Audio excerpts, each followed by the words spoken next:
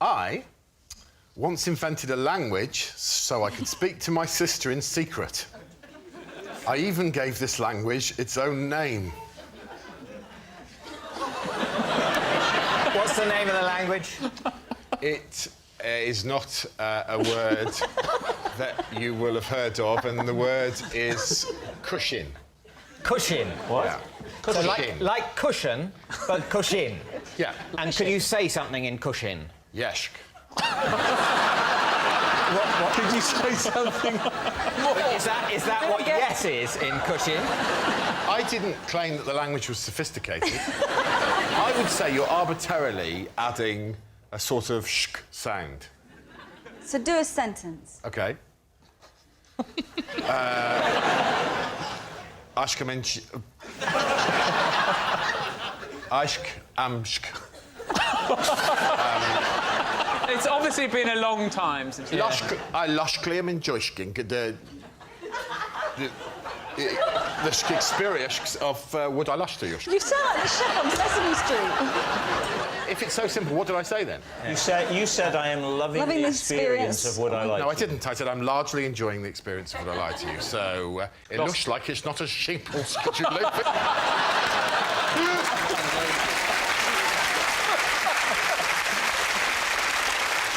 So where did the name for this language, cushion, come from? I honestly can't remember, but it was called cushion. And I can tell you, part of the language, and I'm afraid I can't explain this to you, would be sometimes mid-sentence, sometimes at the end of a sentence, just to loudly proclaim, cushion! Cushion is talking with random shks, if you can squeeze them in, and occasionally going cushion in the middle or at the end of a sentence. You know, my parents... my parents didn't... they didn't work out cushion as simplistic as you clearly think it is. They didn't work it out, so... They didn't work it out. When you said, I want to go to the shops, they went, oh, what on earth is he saying? Oh, my God! Hang on, David. Push on! So, David, he's been quite fulsome, a lot of detail, but is it the truth or is it a lie? What do you think? Well, I believed him up until the point where he went, cushion, and then I...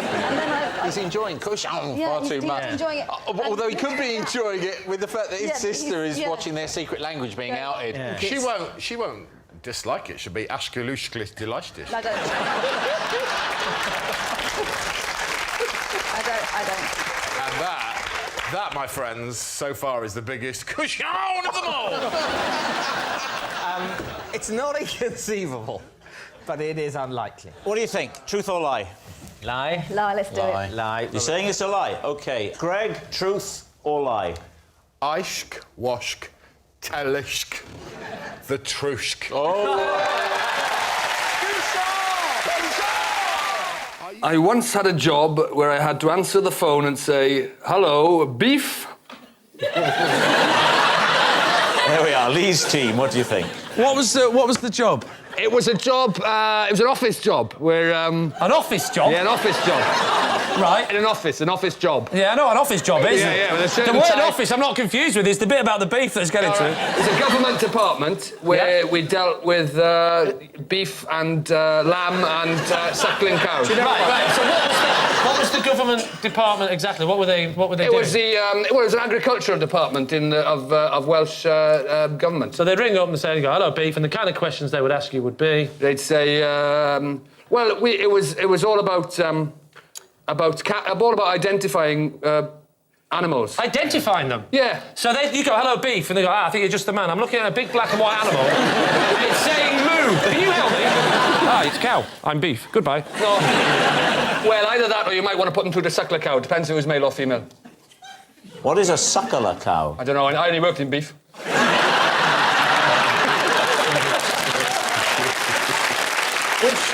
Was it in Cardiff or something? Or? No, it was in West Wales. Was it in Carmarthen? Carmarthen. Kidwelly? Carmarthen. Haverfordwest? Carmarthen. Carmarthen? You should work on the trains.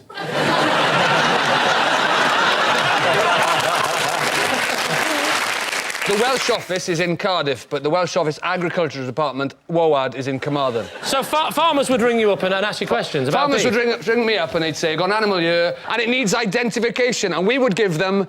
What do you mean identification? We would give them cattle identification documents. It was the CID department, CID, Well, just cattle stop identification. It, stop it. I feel sick with confusion. It's CID. I worked in CID. It was... Oh, you worked in CID? Cattle Oh, now it makes sense. You worked in CID. There's been a mooder.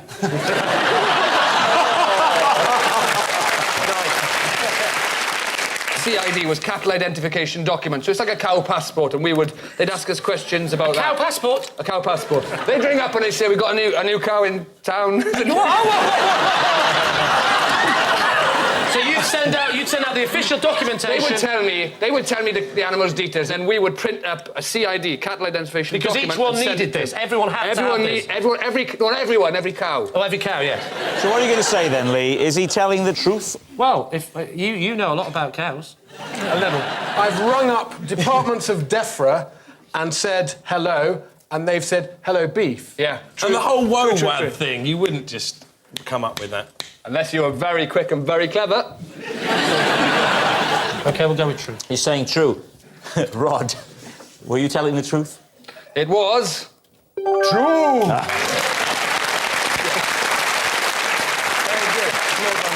Yes, it's true. Rod did once have a job where he had to ensure every cow had a passport. I used to try and scare school friends by planting a particular drawing in their pockets signifying death. Lee, what do you think? What was the drawing? It was an owl.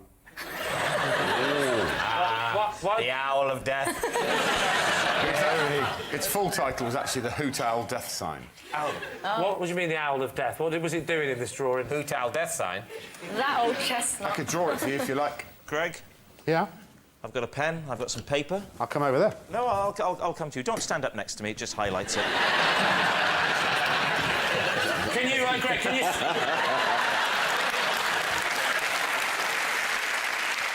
So please, draw the owl of death.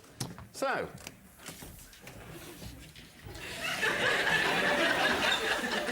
Don't look at it, David, you'll die. Oh my God!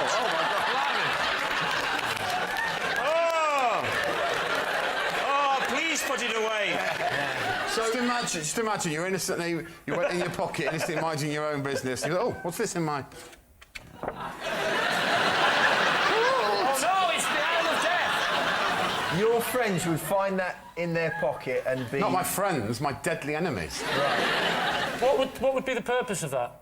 It was for people who had crossed my friend and I. Well, what kind of things would they have to do to cross you? There was an English teacher who we found a bit boring, so he slipped one in his pocket. That was the highlight of the whole campaign, actually, was that the English teacher once stood up in front of the class and was chatting away and went into his pocket and went, "Oh."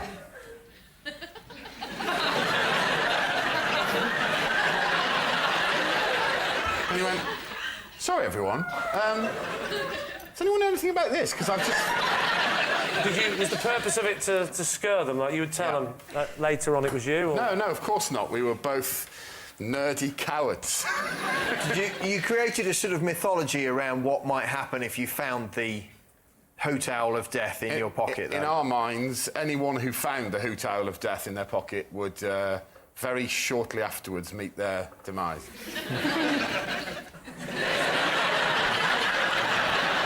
Time to take a guess. What are you going to say? Is What it do we think, true? Phil? Do you think that is possible? I think it's possible, but I think it's a lie. I think it's a lie. OK, You say lie, you say lie. What about you, Lee? I say lie. Right, Greg. Yes. Truth or lie? Well, it would be pretty tragic if two boys had spent their youth doing that, wouldn't it? True. And it is indeed true. I was sacked from my job at a zoo when my boss found out I had been taking photos of the animals wearing hats. So, just to clarify, were you wearing the hats or the animals? No, I was taking photos of the animals wearing hats. Yes, just to clarify, were you wearing hats or the animals? Well, you think I was taking photos of animals while I was wearing multiple hats? I would say that in the world of oddness, a man wearing 2 hats is no odder than an animal wearing 1. Can you give us some examples of animal hat combos that you took photos of? Yeah, I've done monkeys in bowler hats. Of course. I've done a hippo in a flat cap. And, well, I was going to call him a snake. It wasn't a snake. It was in the reptile house, but I don't know what he was, but he was wearing a fez. Were these miniature hats? Can I ask, Rod? Were these little animal hats or human On the hats? hippo? Are you mad? No, but on the thing in the reptile house, I'm thinking a full-size fez is going to just hide the creature. Yes, but what you're saying is, were the hats to scale? Thank you. Rod, were the hats to scale? The hats, well, I mean, to scale is a grand way of putting it, but I would certainly try and, try and make the hat fit. Right. The top of a hippo's head is actually quite a slippery affair. Oh, you've got to get the right hat. When you say... What was your official role at the zoo? General dog's body, basically. I get the feeling that if you were going to put hats on animals, you'd have gone for deer stalkers and bear skins, you know? I didn't say I didn't. We just haven't got all the way through the animals. OK. Right. You name a hat, you name an animal. Deer stalker? No, I didn't do a deer stalker. Oh. I didn't have a deer stalker. It wasn't a comprehensive... You can't But you had a cross-reference every fez, animal. and you had a massive hippo-sized fez. It was a regular flat cap. So what you're saying is I didn't have every single animal in the zoo, and it wasn't every hat. I didn't cross-reference every single combination of animal and hat. I just put some on some. Rod, where was this zoo? Was this a Welsh zoo? Was it Pennscunner Bird Gardens, for example? It was down in Pembrokeshire, in a place called Oaksnade. Oaksnade? Yep. There's a chain of snade zoos, isn't there? There's Oaksnade, Whipsnade... And how did it all come to an end? What stopped this? I got caught. And who was it who apprehended you? It was the manager of the zoo. As a zoo owner and manager, I wouldn't have been offended. I can't see anyone being offended by a fez on a snake and a flat cap on a hippo. I'd have been... Just what the zoo needs. If it's down there in South Wales at this Oaksnade or something, I'd have thought any little hat on a cat would have done the Why? trick. Because it's a Welsh zoo? Our animals aren't good enough in their natural habitat. We'd better dress them up a bit. You racist bastard.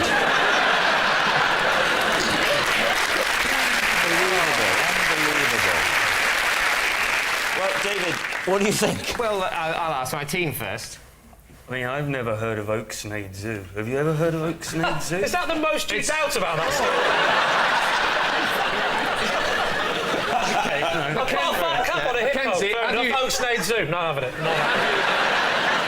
My girlfriend owns a zoo. We tour zoos, and Oaksnade's never been on our agenda. Oaksnade, the zoo that shares a syllable with Whipsnade.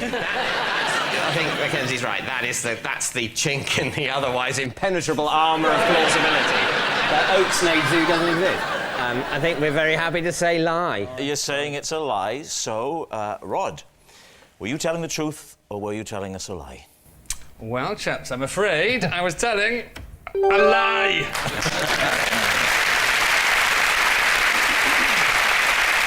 Yes, it was a lie. Rod wasn't sacked from his job at a zoo because he was caught taking photos of animals wearing hats. I once caused an injury to one man whilst trying to get a different man to say the word vegetables. Please, team. Right, just the word vegetables. Yeah. Do you really like the word vegetables? Not as a general rule, no, but I liked it when this man said it. Why? What was it about this man, the way he said vegetables, that was funny? Did he have a speech impediment? Or... No, he didn't. He was a very intense man, though, and he was also Austrian. I was with a friend once, and he was a colleague of ours, sorry, and I overheard him say vegetables, and we both found it incredibly funny. So, can you just roughly give us an impression of how he used to say vegetables? Even just roughly? He said it exactly like this. Yeah. Vegetables. And then we happened to be on a coach trip with him, and so we spent the whole coach trip trying to get him to say vegetables again. So where were you? Where were you going, and how did you know I was him? on a school trip. I used to be a teacher, so we were. And he was a teacher? Yeah, he was a teacher. What did he teach? He was the head of languages, and he was... Head of languages? Yeah. The head of languages used to go, vegetable. Vegetables. Imagine I'm the man. OK, I'm on the coach, I'm sat, we're driving. Off you go. So I said, Yeah? You're very big, aren't you? This isn't like him at all. You're very big, aren't you?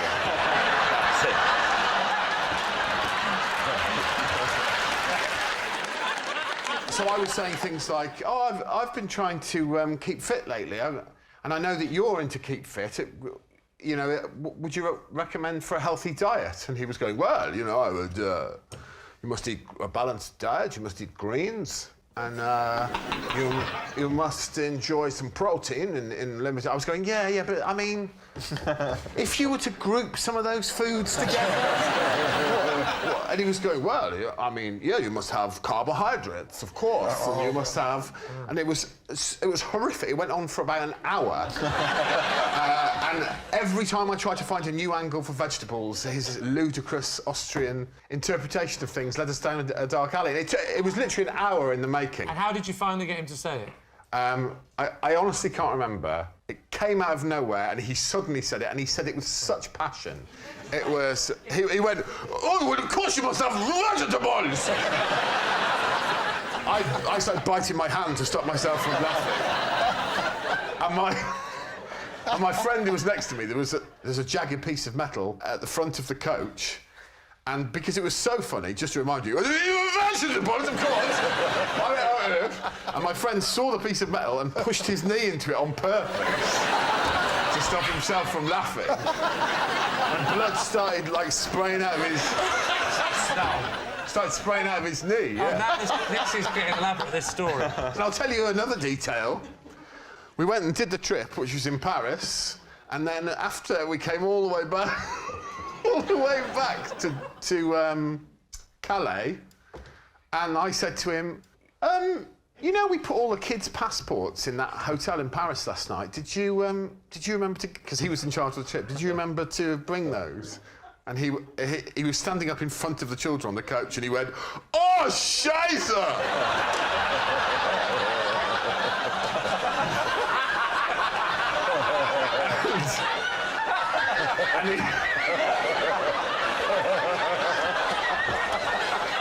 And we had to speak to the port authorities and get permission to take the kids on without passports while he went back on his own. Can I tell you one more detail as well? We were also standing in the middle of Paris under the Eiffel Tower. We'd been there for an hour and the kids were all running around.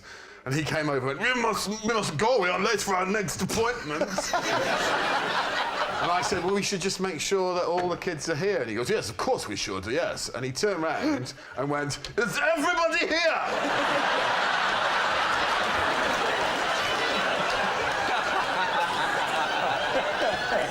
And all the kids went, yeah. And he went, well, then we will move on. Vegetables! What are you thinking, Lee? I think it's true. True from John. Yeah, definitely, yeah. I think lie. You are a fantastic actor, Mr. Greg Davies. Well, so what are you going to say? OK, what do we think, Alex? I think you'll find I'm BAFTA nominated. We're all BAFTA nominated.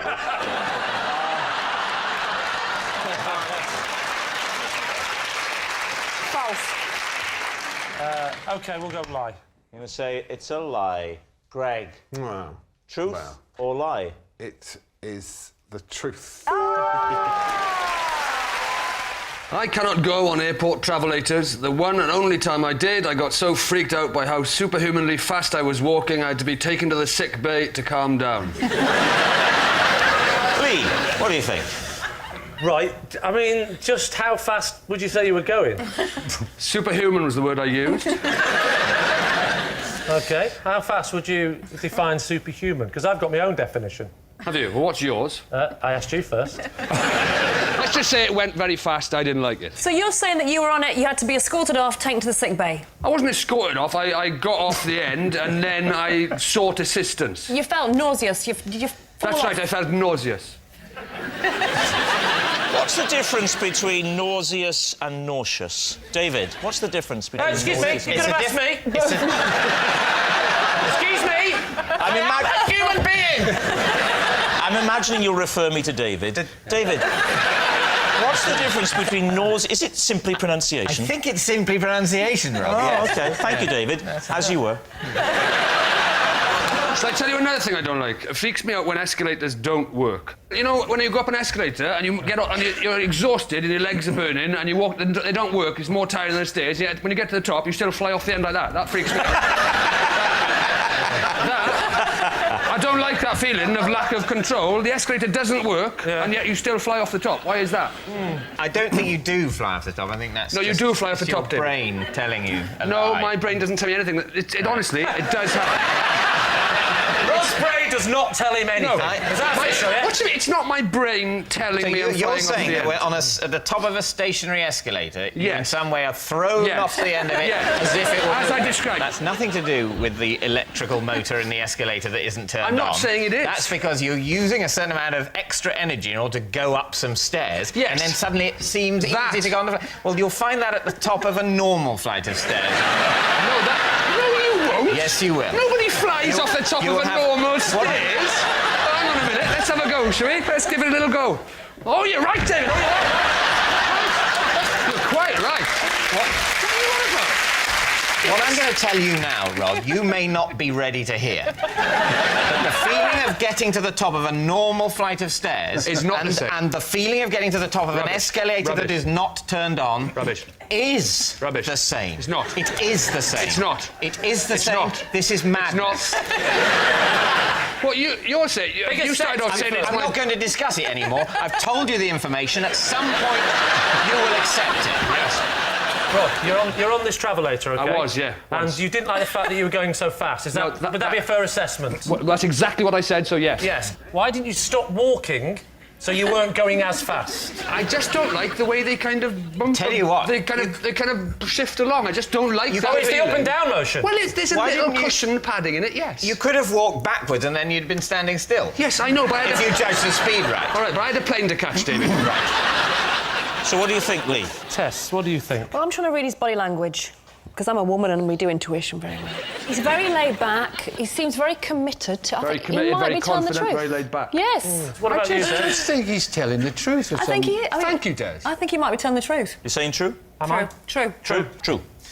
Rod, truth or lie? It is a lie.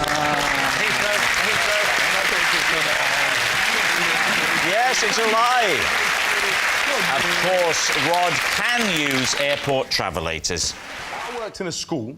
I locked another teacher in a cupboard to teach him a lesson. Oh. What did you teach? Humanities. Humanities? I thought you were going to say humans then. Humanities. What age were the kids? I'm checking out your teaching credentials before we get to the other bit of the story. Yeah, all good. Secondary school kids. Secondary school? Yeah, and where in the country was this? In the West Midlands. West Midlands, right, OK. You're a teacher, aren't you? Does all that stack up? I'm not anymore, Lee. You used to be a teacher, didn't you? I'm a well-known comedian. Are you? I genuinely thought you were a celebrity teacher, that's why you were here. I thought you were from that thing about teaching people in Yorkshire. Is that not you? Where did you do your teaching degree? Never mind that. Where'd you do your comedy gigs?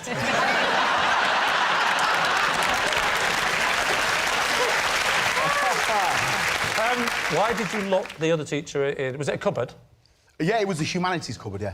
Why did you lock him in there? Me and him had beef on site. Had beef on what? On site. Is that a sandwich? No.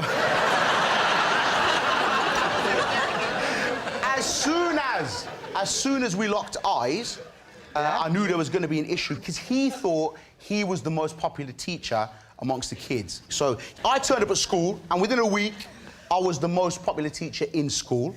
Big he was head. very... Listen, I'm just What saying... made you such a popular teacher? I was like the Pied Piper of literacy. Kids would follow me around everywhere like, yo, sir. That is quite a claim. Pied Piper of literacy? In the humanities department? That's correct. Ignore humanities. Come and read my novels, children. Yeah, and so obviously the reputation's going around school, like, yeah, sir, taught me how to use full stops and that, he's a sick guy. So... That is a sentence that has never been uttered by anybody under the age of 21. He taught me how to use full stops, he's a sick guy. Yeah. How long did you lock him in a cupboard for? Actually, here's part of the story that you need to know fundamentally. The reason why I chose him to lock him in the cupboard on that day is because I knew it would make him late for his lesson observation. Observation? Yes. So a lesson observation is essentially how teachers are judged on how good they are as teachers, yeah? It's not based on how you move these children on emotionally, spiritually, how you build them as human beings. It's a 15-minute window in which a waste man that can't teach themselves comes in and judges you. That's not right. So you locked him in so he'd get into trouble on his Oh. Yeah, I did. Should I tell you why? Please do. He started spreading a rumour amongst the senior leadership team that I wasn't marking my students' books. Right. Is that bad? I wasn't, but that's not the point. You know what I mean? Snitch. Greg, no snitching on other teachers, right? And what was the upshot of all of this? Did you let him out? Did he escape? Is he still there? No, I did let him out eventually. I just wanted to ensure that he was late for that lesson observation because that means you're looked upon very harshly by the senior leadership team that he had been snitching me out to. So, you know, fair, square, squares, you know what I'm saying? If you were capable of locking a man in this cupboard, surely a kid could have got locked in there and it would have been a health and safety disaster. Yeah, I banged a couple of them in there as well every now and then. But All right, what are you thinking? I'm saying it's true. Lucy?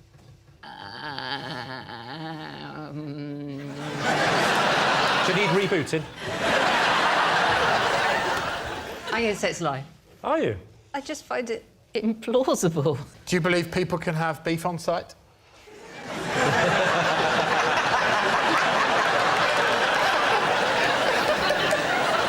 I'm persuadable. I don't feel so strongly about it.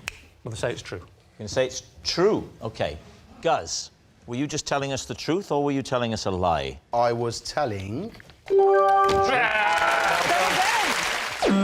It's Rod. I once dug up my dead hamster and gave it a wash.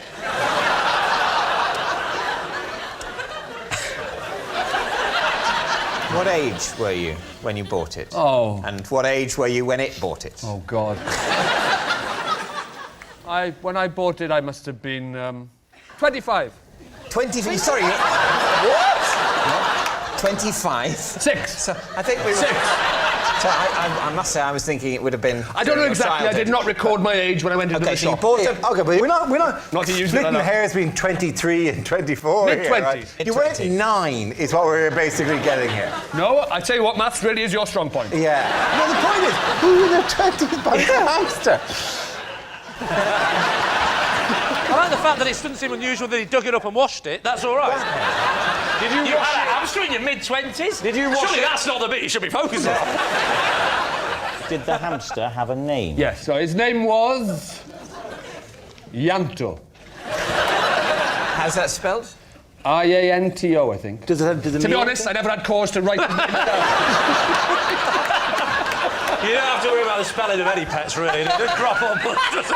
I think there are times when you have to write... You might be writing an email with news to a loved one. By the way, Yanto's looking peaky. You're quite right, I did Did once... you not put a little tombstone, thus making it easy for you later to dig him up and wash him? He did have a tombstone, yeah, of sorts, yes. And did he not have Yanto written on the tombstone? Tragically, there was already something written on his tombstone. What was it on? It was a lollipop stick. It had a joke on it. The hamster died and you buried it where? In the garden.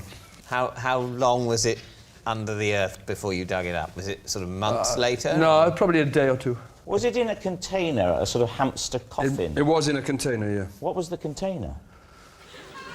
It was in a smoothie bottle. A smoothie bottle? He was in a smoothie bottle. How did you get the hamster into the smoothie bottle? With the lolly stick. No,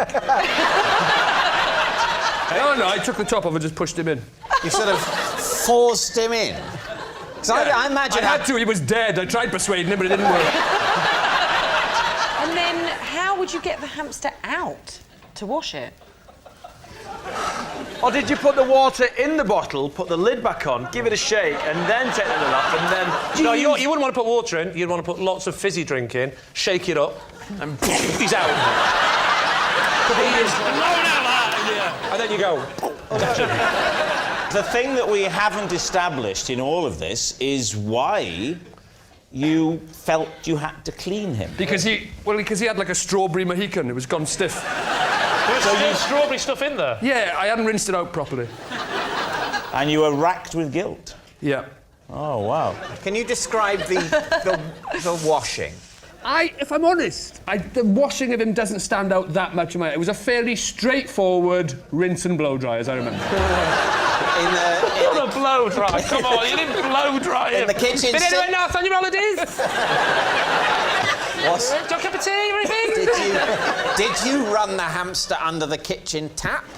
I washed as much of that strawberry smoothie out of his sticky, brittle hair as I could.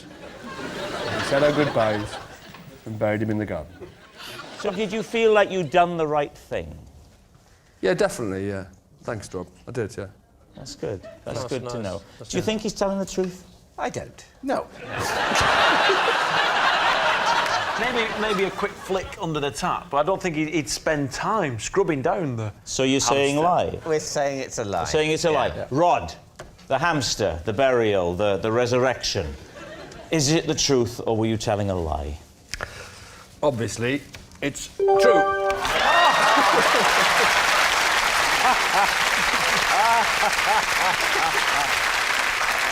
Well, it's true, and it's very upsetting. Technique I often use to determine if someone has singing potential is to get them to sing "Bar Bar Black Sheep" as if they are frightened. David. Is it? As if they are frightened? Yes.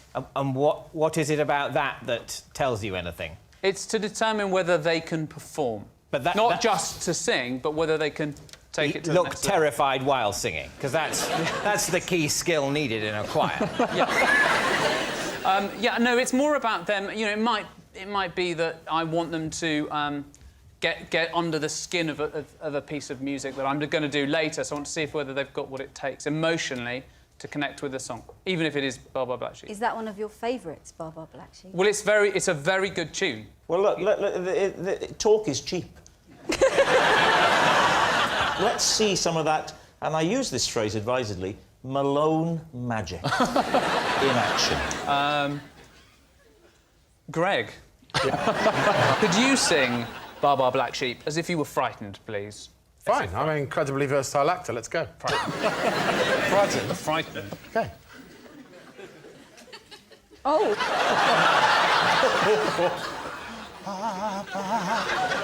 Black sheep, have you anyone?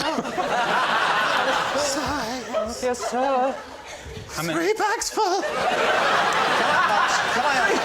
Are you being Barry, Robin, or Morris? I can't quite tell. Well, I think we've established that he's got potential, and the important thing is... Give me another emotion, Gareth. No, well, it's... But that's... Yeah, I know, but give me another one. Just... Well, all right. Sexual joy. Hang on a minute. Have you Can I do the frightened one? Oh, you want to do that? I don't get to look someone in the eye very often.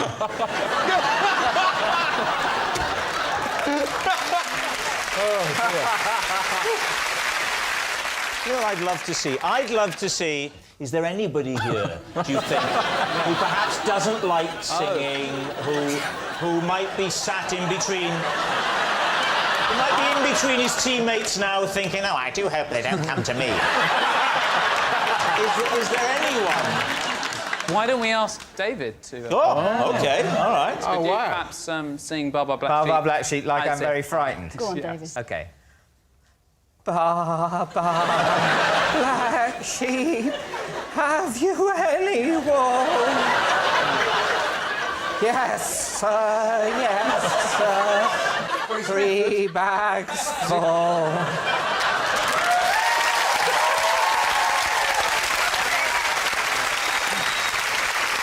You know that Gareth didn't want you to sing Bar Bar Black Sheep as if you were a sheep, don't you? But what do you ascertain from what he's just done? Well, I mean, he can sing in tune and... in the broadest sense. Yeah, and making people feel comfortable and, you know, let's not start with the Mozart Requiem. Let's start with Bar Bar Black Sheep as if frightened. So, what are you thinking of this claim of Gareth's? I think it's true. Also, you have got to have a thing, if you're auditioning lots of people, you can't think about it with each one. You've got to have a thing you ask everyone to do. Yeah. So I think we're saying it's true. I think it's true. OK, Gareth Malone, truth or lie? It is... a lie.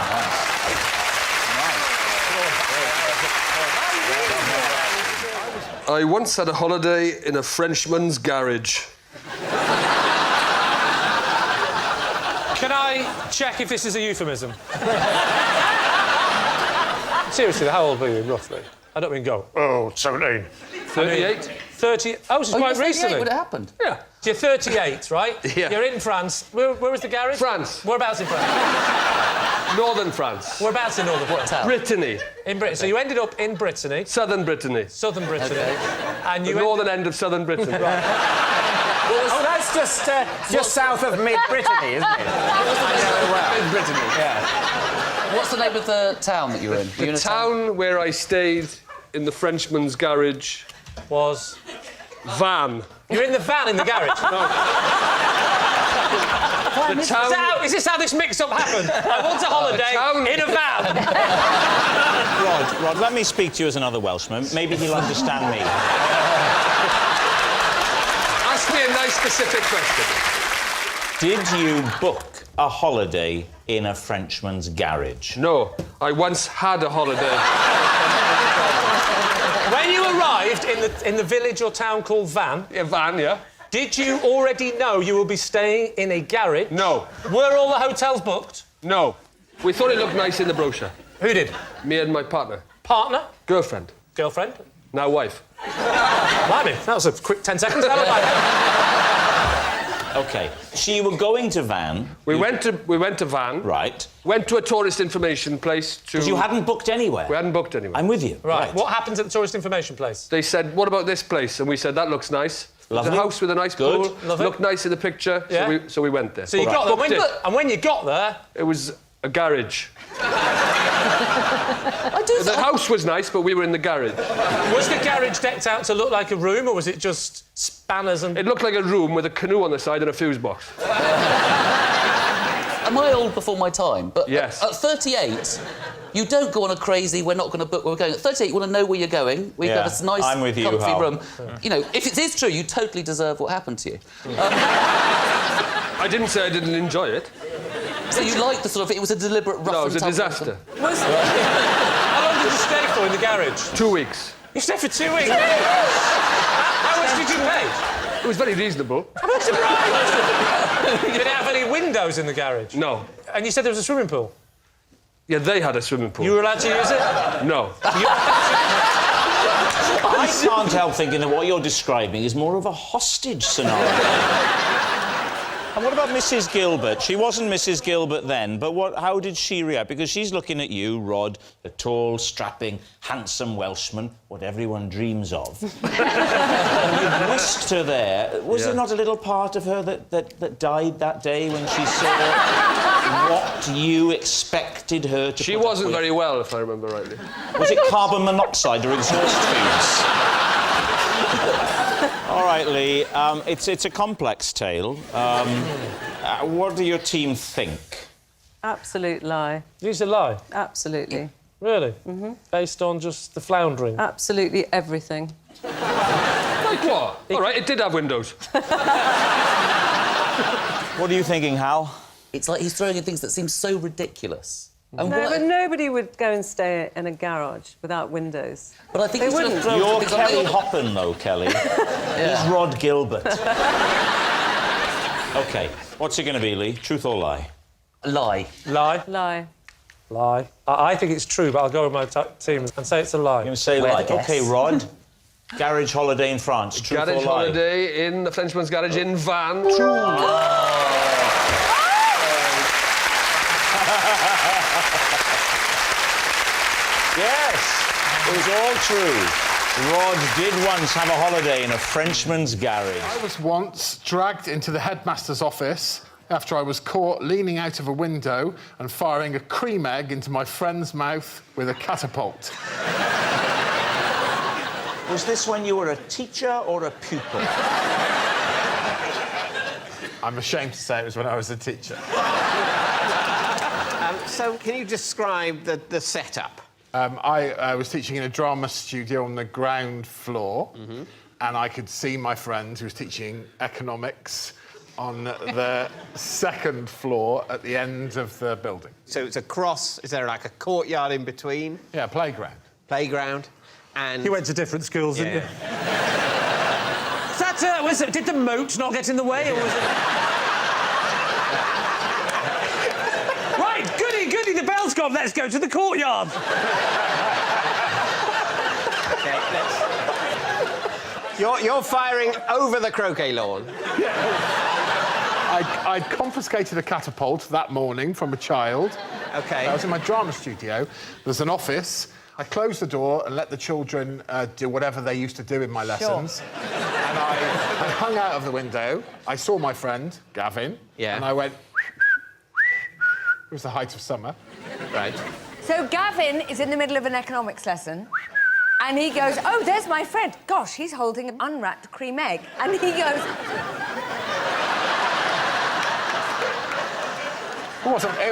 It wasn't quite that instinctive. I waved the catapult at him, and he was baffled at first.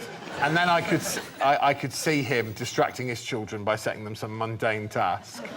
Then I revealed the unpeeled egg. Which, by now, by the way, hashtag height of summer, melting. They melt very fast. Here's the thing, Claudia. I genuinely had a mini fridge in my office because... I did, because I regularly abused the drama budget. I'm sorry, but I was very bored.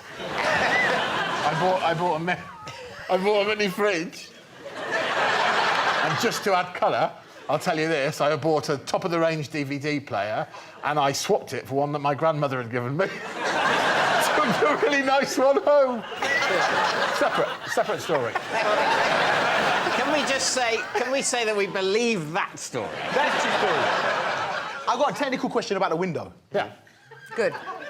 Because in schools, windows only open to a very small certain point, so the kids can't jump Especially out. on the second floor. Wow, how rough was your school that you taught? Really bad. You couldn't, only in case they jumped out. Yeah, just in case they jumped out and drowned in the moat. So basically, that window will only open to a certain point. Yeah. The window did only open half, so Gav had to get on his knees and position his head. His head virtually filled the amount of window that was open. It was a slide-up window. Where was the headmaster at this point? Walking through playground/courtyard? He was in his office, I imagine, pretending to do work. Oh. And here is the thing that will convince you one way or the other straight away. Gavin... I would say it was 25 foot, and Gavin did catch it in his mouth.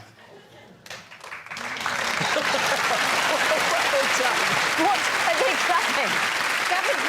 You lot are going to feel so stupid if that's a lie. What do you think, David's team? Does it ring true for you? I do believe the lie is being packaged with real stuff. So, confiscation of the mini fridge is true. Yeah. True. The confiscation, yeah. Everything around the lie is true, but the lie is still a lie. OK, let's go. Let's go. We'll go lie. You're saying it's a lie. Greg, was it the truth or was it a lie? There were elements of truth, but yes, damn you, it was a lie. One Friday after school, I swapped our family cat for a Scotch egg and a Smurf. When my mum found out on Monday morning, she made me swap them back. Right. Well, when was this, first of all? How old were you? 13. But more important than how old was he or anything to do with him, the cat. What? I mean, seriously, we're very concerned about the cat. I am. I'm a bit more concerned about the Smurf, if I'm going to be I'm most concerned, the Scotch egg, what was your logic? Would you hide it under your bed for a whole weekend? Why don't you three have a little chat, and when you worked out collectively what you're most concerned about, come back to me. Can I start? Please do. Okay. What was the cat called? What kind of cat? What colour, please? The cat was called Snowdrop, and as the name implies, it was tortoiseshell. Who did you swap with? Should I name him? I don't know, unless he's in prison at the moment and he's... I don't know, I haven't seen him for a long time. It was a kid who lived on an estate nearby. Just give us his first name. Lee.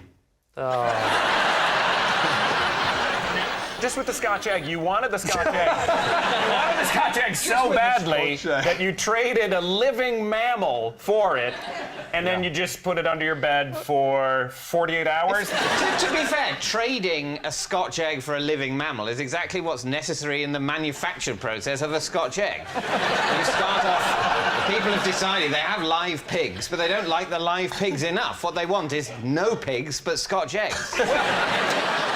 Right. Why did you want the Scotch egg? I presume for the obvious that you like them and you wanted to eat it. Yes. Why didn't you just eat it there and then? Why didn't I just eat...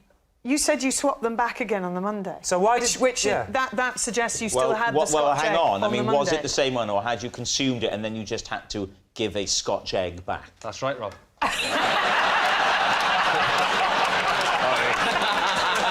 like the bloody Welsh mafia, this. You can't help him out. Could I get back to the cat? Cats obviously are very territorial, so would the cat not try and come home? Because they normally do if they've gone out away. He didn't. Not that weekend. Talk us through the actual exchange process. I tell you what, Rob, you stand up. We'll go through it. Come on, I am standing up.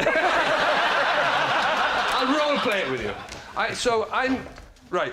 OK, so imagine I've got my family cat in my hand. All right. And you in with this hand, you have a Scotch egg. Where are we now, Rod? Where are we? We're in Wales. Are we in Wales? We're in Wales. Oh. We're in Wales. Isn't that nice? Let's just take a minute. Let's just take a minute. It's lovely. Go on. Right. So we're in Wales. Yeah. I've got a cat in my hand. All right. Right. You've got in this hand a Smurf and a Scotch egg. Yes. Right, now we swap them over. All right, here we go. Right, this is how it happens. It's going to be difficult.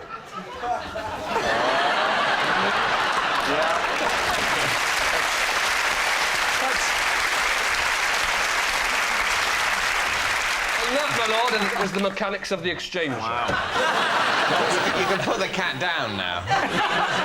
Gently, Rob, gently, yes. So what do you think, Lee? Does this sound truthful to you? I don't think he's shown any affection for Snowdrop, and on that basis alone, I think it can't be true. Well, weirdly, the exact same reason, I think it is true, because I know him to be heartless. I can show you some affection. What do you want to know about Snowdrop? I can show affection with Snowdrop. All right, how would you stroke him? Her. No, got ya. That, you have changed the sex of that cat at least 3 times. I promise you, even You have! I don't think vets should agree to do that.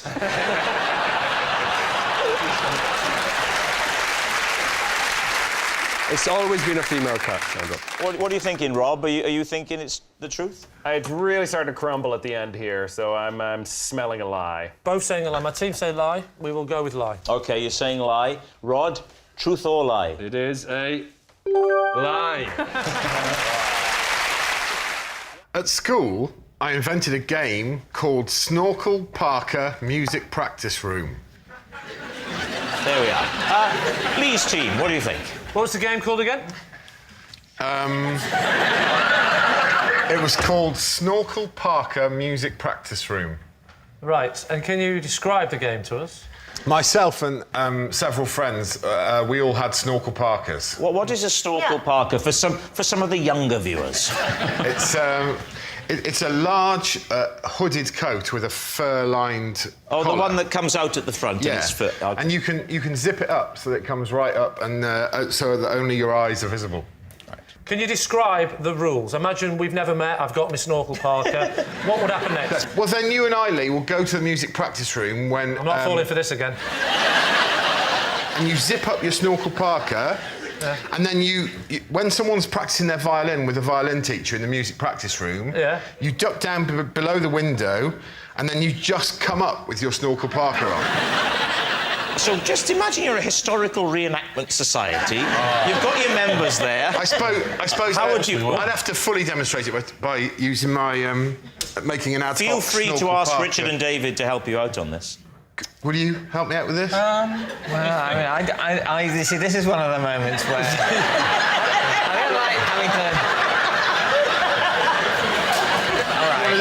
right.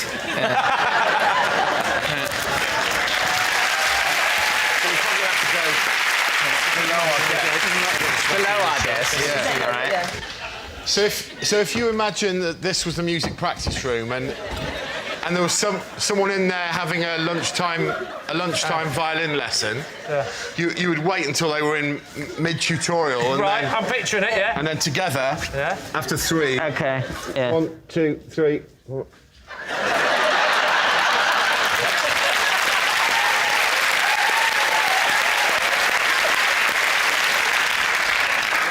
Oh. That's it, really.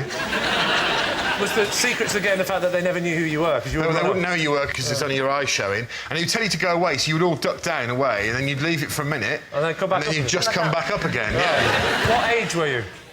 Maybe... Tell me you weren't one of the teachers. No, maybe 13, 14. Right the way through to when you left? Right through till sixth form, yeah. You never got told to stop this, or you got... Yeah, well, they would bang on the window and be really furious with us. For 5 years, they were banging on the window. They never once thought to come out and say, lads, it's getting really boring. But you see... And we know you are, Greg, because you're 8'6". But just out of interest, by show of hands, who would like to play Snorkel Parker music practice room? I'm quite keen on the game. I've already played it. I didn't really enjoy it. It sounds ridiculous. I mean, the last time... It does sound utterly ridiculous, Greg. It's almost as if you're lying. Do you think he is lying, Lee? What are you going to say on this one? Well, I actually believe him. I could just see you doing that for kicks and giggles. Bob, which way are you leaning with this? Well, it's got the anticipation, it's got the jeopardy, it's got the lot. Yeah. What a game! Greg, something tells me you're going to get a phone call from Waddington's. If this gets picked up, this is... Just because I've talked about it now, it's mine, right? It's only yours if you really played it. If it's a lie, then you haven't copyrighted it. Well, who's it? If it is a lie and I've just read it off this thing, whose idea is it? Well, the person who wrote the lie. I'd like to maintain the rights to Balaclava Sports Hall. if anyone's interested.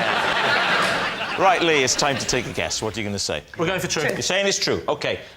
Greg, were you telling the truth? Or were you telling the truth? Well, right, because that would make me utterly pathetic, wouldn't it? Yes, I was telling the truth. Yes, it's true. Greg did invent a game called Snorkel Parker Music Practice Room. At school, Greg was very popular with the other pupils. Not surprising, really, considering they'd created him in a science lesson. A mistake I made in France meant someone in England got hospitalised. Lee's tea. Have you just learned to read?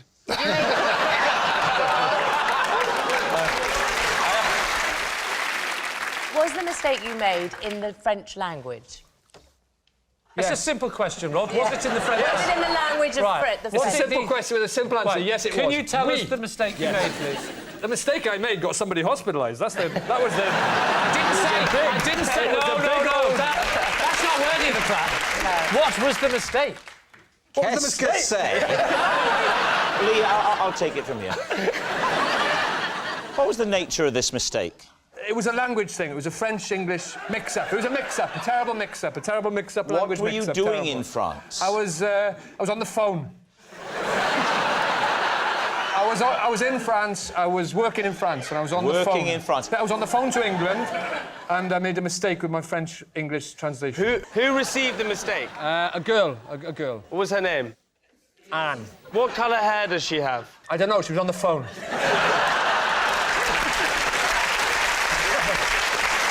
So you never met her? I never met her. So can you talk us through the incident? I was asked by someone in France. They said, "Can you talk to somebody in England?" Why did they ask you to do that? Because they didn't speak English. Right. What was the relationship between Anne and the person that had asked you to talk? Oh, that was Anne's father said, "Can you speak to Anne? She's in England and we're in France." And ask her what's wrong with her. How did you know him? What was How the did you know relationship? him? There's a new angle. Oh, I knew him. Oh, you should have asked. I knew him because I worked in France. I was in a school. I worked in a school. He was the caretaker. What were you doing in school? I was teaching English. Now, his daughter, she's French. Yes. She's living in England. Yeah. Now. No, she wasn't living. She was on a very short exchange thing. Right. Now, in the words of Question of Sport, What happened next? He came to me, he said, can you talk to my daughter, Anne? She's ill, she's in England. She couldn't speak to the family she was with. That's the problem. That's the problem. So she didn't know how to speak to the family? She couldn't speak to the family because the How family was was you English. speaking to her going to help that? Right, here's the situation. Anne could talk to her dad and tell her what was wrong with her in French, but he couldn't say that to the family because they didn't speak French and he didn't speak English. So he came to me, who spoke both languages. I went to her, I spoke to her in French, then I passed it on to the family in English. What's wrong with them? I passed that on to him in English, then I passed it back to him in French. Everyone's happy. Now, she got... That's fine. You said that you made a mistake that caused this person to be hospitalised. That's right, I did, yeah. What did you do wrong? What did you say wrong? Yeah. I said, qu'est-ce qui se passe, all that, you know, as you do. And she said, j'ai une angine, j'ai une angine. Was she stuck in the bell tower? I know what's wrong with her. Is it something to do with her back? J'ai une angine. And what is that? What does that mean? Well, I got the English family on the phone and I said, hey, she's got an angina. She's got angina. And that's a mistake, right? Well, angina, I found out later, is a serious heart condition, so she was hospitalised. But what was wrong with her? Angine is a sore throat. I didn't know that at the time.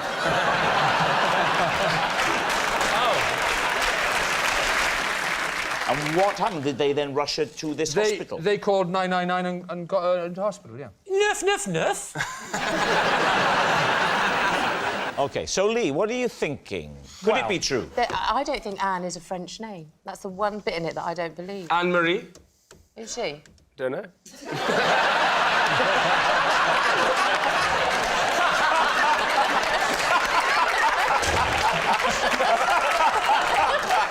What an absolutely amazing answer. That's one of the funniest things anybody's ever said. I believe it to be true. You believe it to be true? Mm-hmm. OK. It was so torturous getting that story out that it has to be the truth. Yeah. Lee, you think so too? It could not be any truer. Rod, truth or lie? Of course, it is true.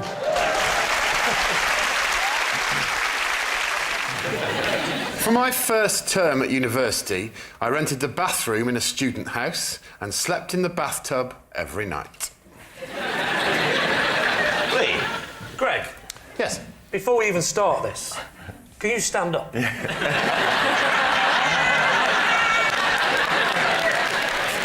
be no... Unless David stands up with me, there'll be no perspective. David? In fact, let's have proper perspective. Connie, can you stand up?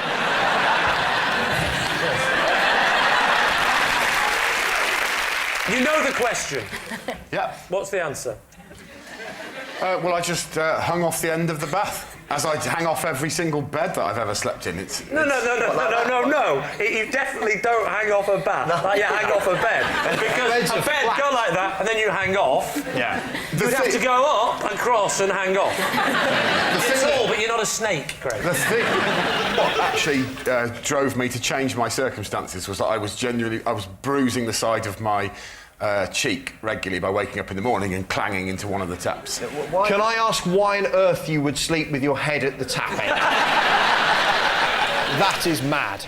Yes, well, you know, I was 18 years of age and I mainly lived off Thunderbird wine, so bad decisions were my forte at that period. So did you have a bed in the house? Did you? Oh, so that was the reason you was in the bath. There was a... why did you think he was in the bath? I chose to, Phil, yeah. How many other people were there in the flat? 3. 3 people, what, 3 beds? Yeah. Why would you not sleep on the floor next to the bath? We had a giant 1970s sofa that had a peculiar corner unit, and I took both cushions from that corner unit and they fitted in the bath perfectly, and it was incredibly comfortable. So hang on, it wasn't a freestanding bath? A roll top? Yeah, was it a roll top freestanding bath? It wasn't a freestanding bath, but the end of the bath projected out into the room. Where was this, Greg? Which town were you? Was this Oxford or Cambridge? It was in Isleworth in West London. It was only because of a mix-up in housing agreements. We soon sorted it out after a term. I only had to do it for a term. What was the mix-up? I'd agreed to move in with these 3 guys and we got the wrong size house. Hang on, that's not a mix-up, that's just stupidity. There was 4 of you, and you got a 3-bedroom house with a bit of a mix-up. The boys blamed me, which is why I got the bath. Why did they blame you?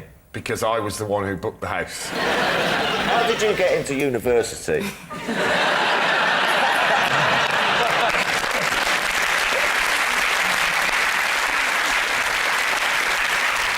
So, Lee, what are you thinking? Marcus?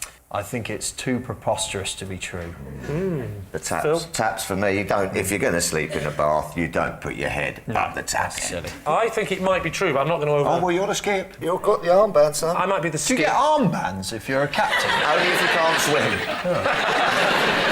I'm telling you, I don't know if this is in the spirit of this game. This is true.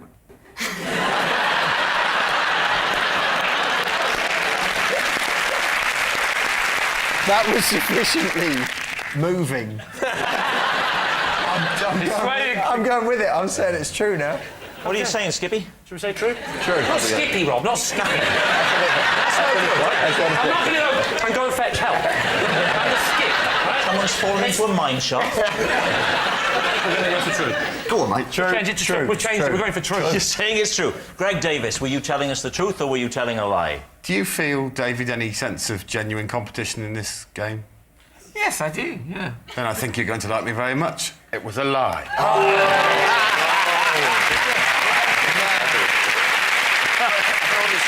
Yes, it was a lie. Greg didn't sleep in his bathtub every night for his first term at university. For 1 month, I chose to sleep on the streets rather than talk to the people I was supposed to be living with. David Steele. And at what stage in your life was this? What stage? Yes. Do you mean how old was I? Yeah, I suppose so. Age 20. Whereabouts? Where was it? Spain. What made you vacate your house? There was no house and I never went to it. You never went there at all? It was a hotel or hostel thing, you know, not a house. Yeah. I went there, stood outside. OK. Looked at it. Yeah. Thought, nah. So it wasn't the people, it was the... It was the idea of the people. You wanted to live alone and were surprised that a hostel didn't afford that possibility. And you stayed on the street for a whole month. Yeah, I think so. Yeah, bar a couple of nights here or there, yeah. Did you pull on the other nights? What happened on those? You're absolutely right, yeah, that's what I'm saying. So on those occasions, the thought of other people wasn't quite so loathsome. Yes. Where in Spain was this? It was in Salamanca, and I slept on a bench, right dead centre of a square. How were you washing your clothes? I didn't. Well, how many pairs of pants did you have? I'm going to say 4, but... 4 for a month without washing them? I said 4, but it could have been 7. Well, 7's not enough. You need 28, otherwise you're an animal. No, but I hate to support your own teammate against you, Lee. If you're going to a place for a month, you might decide that you're not going to take enough underwear to have a fresh pair of pants every day without ever washing them. How many pairs of pants do you own? I think I've probably got about... I've got maybe... Look at you, desperately thinking... Was this the right answer? Does nothing them right or wrong. You're amongst friends. I think I've got about 14 pairs I'm happy with. Yeah. And another 4 or 5 that would do at a pinch, and I use the word advisedly. Predominantly boxers or bikini brief? Predominantly... I mean, it's interesting that this is what the conversation's going on. Predominantly what I believe is referred to as a sort of trunk. You favour the trunk? Yeah. I think you mean the jockey short. Like a boxer short shape, but tighter. Look, I'll just take my trousers off and you can look. I did wash a pair of pants. Oh, you remember that? I did wash It's amazing how these things come back to you.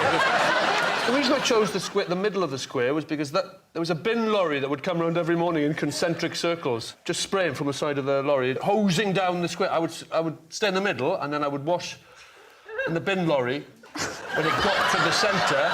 And one day I did wash a pair of pants on the hose on the side of the bin lorry. I did. Wow. I did. So you hi, girls. This is my friend Rod. Would you like a drink? You put a pair of pants in the way of a bin lorry's hose to wash it. I used to wash in the bin lorry, well, the tap at the side of the bin lorry, yeah. So they wouldn't mind you sauntering up to the bin lorry and turning the tap on? No, they were very amenable, the local bin men, Miguel. Did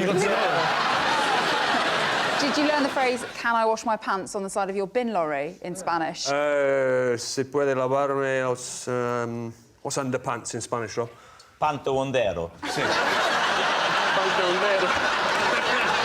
How many pants have you got, Rob?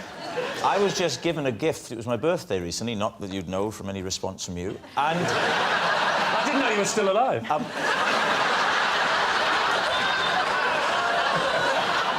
What did you get for your birthday? Oh, sorry, yeah, I got some... Old man who forgot the story. I got a lovely present anyway. On with the game. Do you remember, Rob, you were telling us a lovely story about your pants? Tell us about your pants. I got some pants. Yeah. Now, Ronan Keating, what do you think? Yeah, I could see him doing that. Toff, what about you? I think it's a completely insane thing to do what you did, so I think you're lying. There is a lot of detail.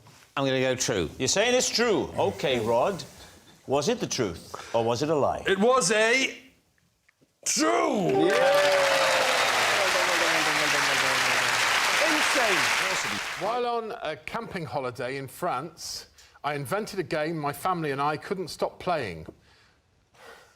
We call this game Milky Cow. David's team. Well, to explain the rules of Milky Cow.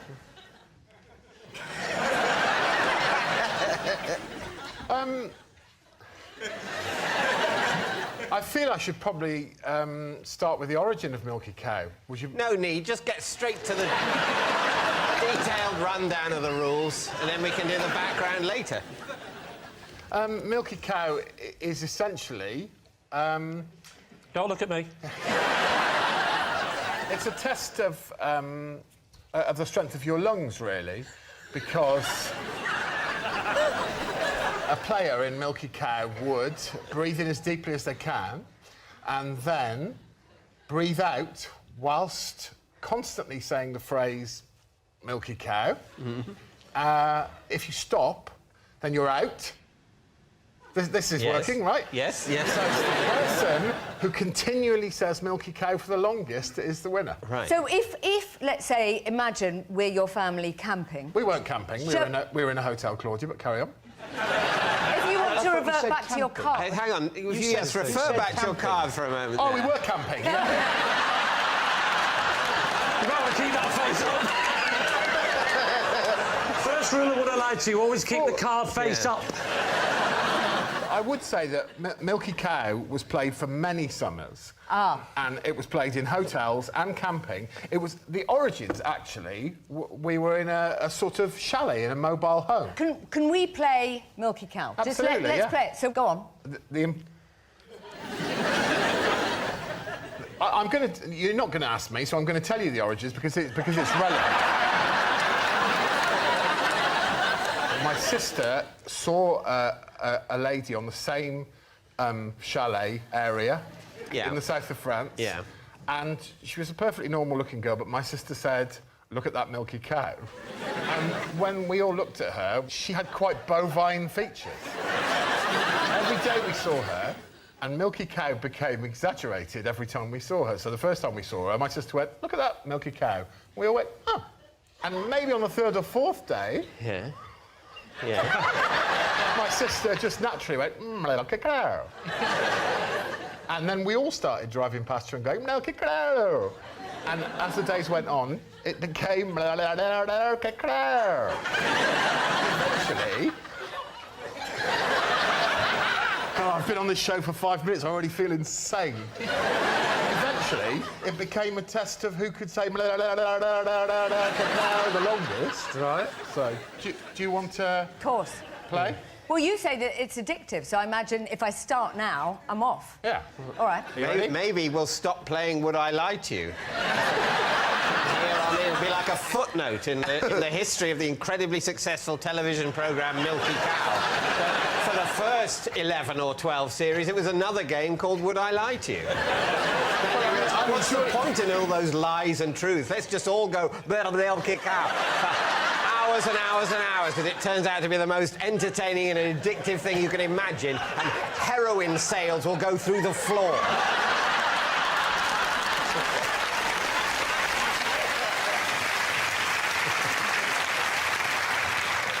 Greg, over to you. I feel a little on the ropes after that. Ready? OK. 3, 2, 1, breathe in. Quite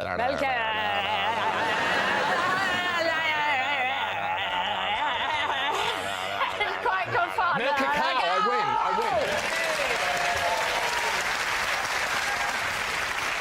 win. We're agreed then that Milky Cow is a brilliant game. Awesome.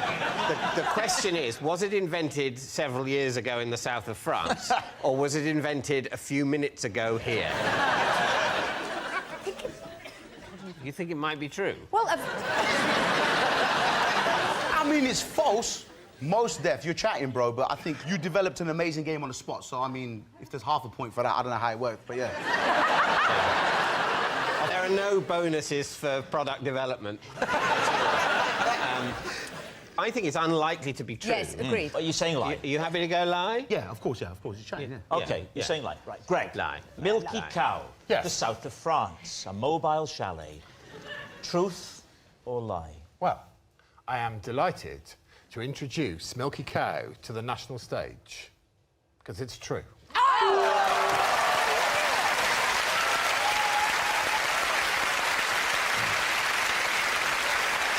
Yes. Yes. Rejoice, it is true. Greg did invent a family game called Milky Cow. Dear me. I once had to share flip-flops with a friend after losing one of mine on a hike. Is that it? Yeah, I'm just wondering whether I lost a flip-flop or a friend. David's team. How did that work? What was the system? Where were you?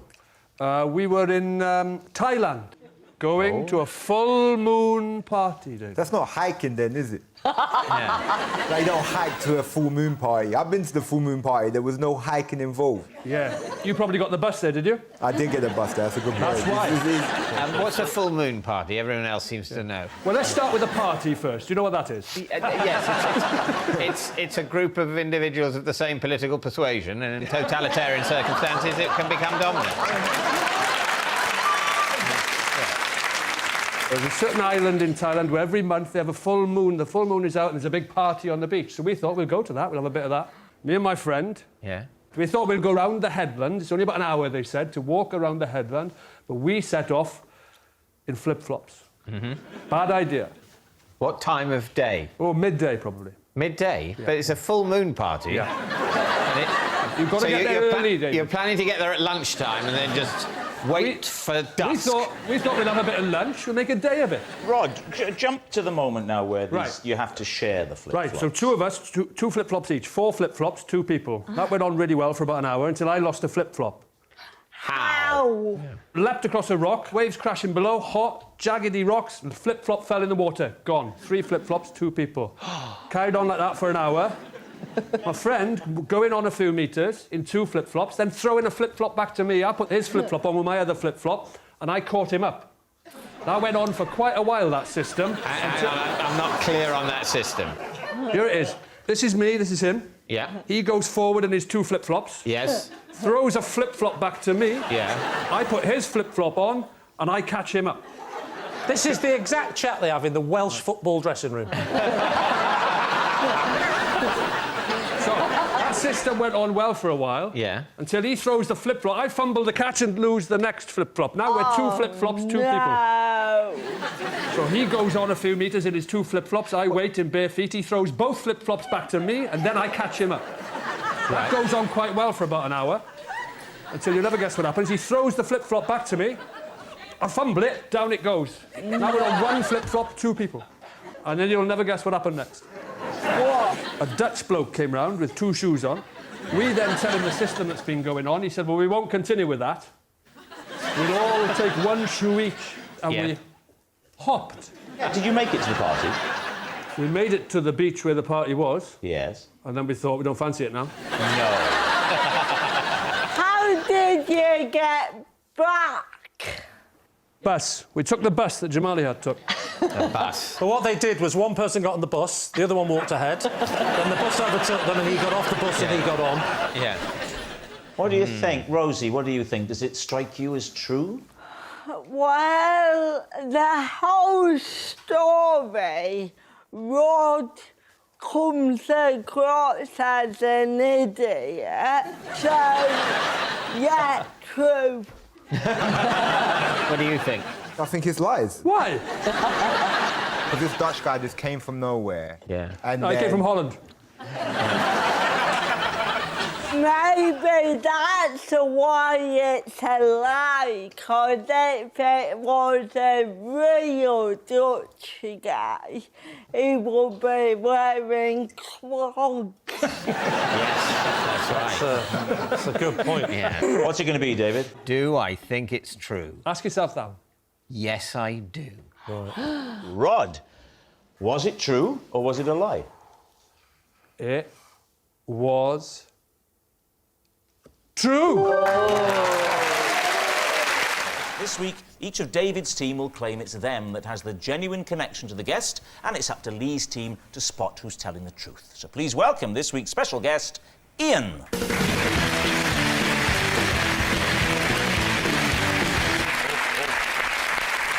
Connie. Sorry, even before we start, I can tell you now, lads, this man does not know David Mitchell. Connie, what is Ian to you? And this is Ian. When he brought his lizards onto Blue Peter, one of them went missing. Later that evening, I found it in my handbag. All right. David, what's your connection? This is Ian. I sat next to him on a plane, and he had such a fear of flying that I had to hold his hand throughout takeoff and landing. It turns out David Mitchell might know this man really, really well. Greg, how do you know Ian? This is my friend Ian. One night after getting drunk together, he was wrongly arrested on suspicion of murder. So there we have it. Connie's lizard loser, David's terrified passenger, or Greg's falsely accused friend. Where do you want to start? So Ian here brought lizards to a flagship BBC children's programme and left going, well, you know, you don't always go home with the same number of lizards. The great thing with Blue Peter is if you lose an animal there, they'll make up a name for it. What type of lizard? Yeah. Well, there was a selection of lizards. He brought in about 8 or 10 lizards, and there were chameleons. And did one of them change its colour to the same as your handbag? Yes. Hence getting lost. It wasn't a chameleon. The lizard. What was it? It was a lizard. What was your handbag made? The handbag was made of snake. No, it wasn't. Whereabouts were you at Blue Peter when you found the lizard in your hand? No, I wasn't. I was actually in my car, and my handbag was on the passenger seat. Yeah. So you opened your bag to get some money out or something? I was in the multi-storey car park, and I'd stopped, and I just wanted to check that I had my phone. Right, and OK. So and then I was you like... opened it, and did you go, hello? Hello? I had a theory that someone put it in as a joke, but I don't know, and I've not... Oh, the wacky days of Blue Peter. Hilarious. Yeah. I don't know if it's in the spirit of this game, but it really is true.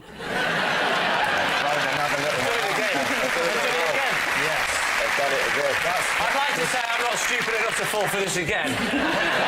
I am. OK, right. David. Yes? Just remind us again of your implausible story. Well, I was on a plane next to Ian, and his fear of flying was such that I had to hold his hand during takeoff and landing. And where were you going from and to? I was going from Gatwick to... That's an airport. Think of another one now. Corsica. Gatwick to Corsica? Yeah. And what did he say? Was there any, for want of a better word, foreplay, or did he go straight into It was on takeoff. Yeah. He just suddenly started. What? He started sort of making agitated noises. Please, can you do the demonstration? I think we all want to see the agitated noises. No. Go on.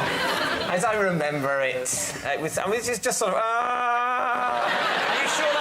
engine, David? Yes. Yes, Lee, I'm sure it wasn't the engine. So basically, he's standing agitated. Yeah. Has he grabbed your hand? Then he grabs my There's hand. no talking. There's not. Do you mind if he's just gone? Not at that point, no. You slag, David Mitchell. And what did you say? Do you mind? I'm a married woman. I mean, what did you do? I don't think I said anything. You know why he's grabbed your hand, do you? You know he's Well, scared. I assumed it was... I didn't think it was sexual attraction. Right. But it's very sweet of you to leap to that conclusion. Did either of you have fellow travellers with you? No. No, we were both just flying to Corsica. Yeah. To see what might happen. See who you meet on the plane, maybe. And this happened again when you came in for landing? After we became... So when it levelled off, we became fully airborne. That sounds like a virus. He then said, he sort of apologised and said, I'm really sorry, I freak out sometimes on a plane. And I said, oh, you know, not to worry. I bet that calmed him down. I once stroked a girl's back while we were having a very difficult re-entry over... we were coming into Heathrow, and I didn't know her, and she was crying, and I just reached out and just stroked her back. There was a reason why she was crying, wasn't there? The madman behind was stroking her back. I wasn't behind her. I was like that with her. I was going, hey, it's OK. No, look, it's fine. This is just turbulence. Seriously, this is nothing. This is nothing, honestly. This is normal, really. This bloody hell. Look, not really. And she was quietly sobbing. I mean, it was quite... I'm BAFTA nominated, I should point that out. So these things do happen. They definitely happen. There's definitely people get nervous on flights. I think we have to deal with Greg's story. Go on, Greg. Let's have it. I got drunk with Ian, and later he was arrested wrongly on suspicion of murder. Thank God that bit's in. Yeah. So what happened? Well, I wasn't really part of it because we both passed out. It was a college ball, and we all drank vast amounts. Particularly Ian and I drank a ridiculous amount, and then both collapsed. The last thing I remember is Ian falling down and him obviously being horribly hurt. And I woke up on a carpet and ran... Nice change from the bath. Not in the bath. I ran upstairs and he was sitting up in his bed, honestly looking... His face was swollen like a pumpkin. And then he told me that night, when he'd been stumbling about drunk, he'd been arrested for murder because someone with a similar facial wound had murdered someone in the town. Someone with a similar... Oh, so the facial wound from falling... Yeah. And someone with a similar facial wound had murdered somebody else. Yeah. That's unlucky. Where was this? How did they know he wasn't the murderer? What was the defining point in the interview? He told me that they'd questioned him for hours, and eventually he said to the police, and I think this is a quote, "I'll be honest with you, lads, I could well have done it."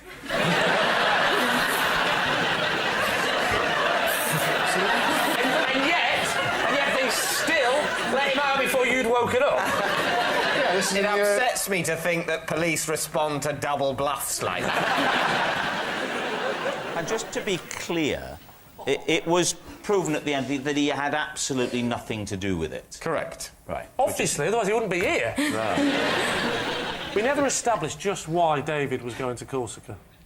On his own. Was it Club 18 to 30 again? No, it was a holiday. I was going on holiday with a group of friends, but I could only go a day after everyone else. They made those rules, did they?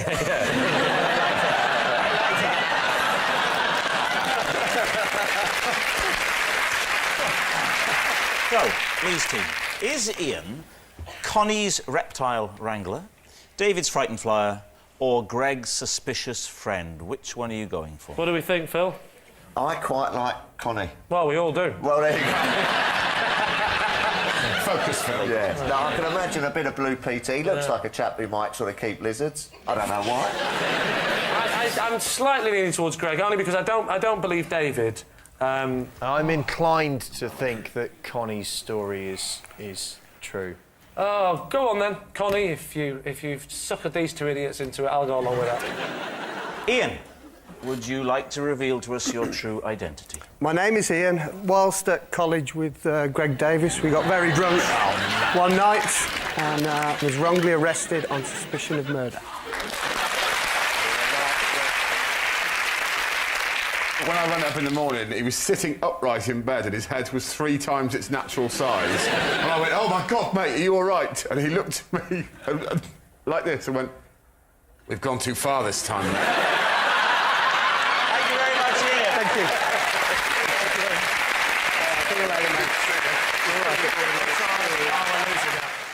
Our next round is called This Is My, where we bring on a mystery guest who has a close connection to one of our panellists. Now, this week, each of David's team will claim it's them that has the genuine connection to the guest, and it's up to Lee's team to spot who's telling the truth. So please welcome this week's special guest, Tony.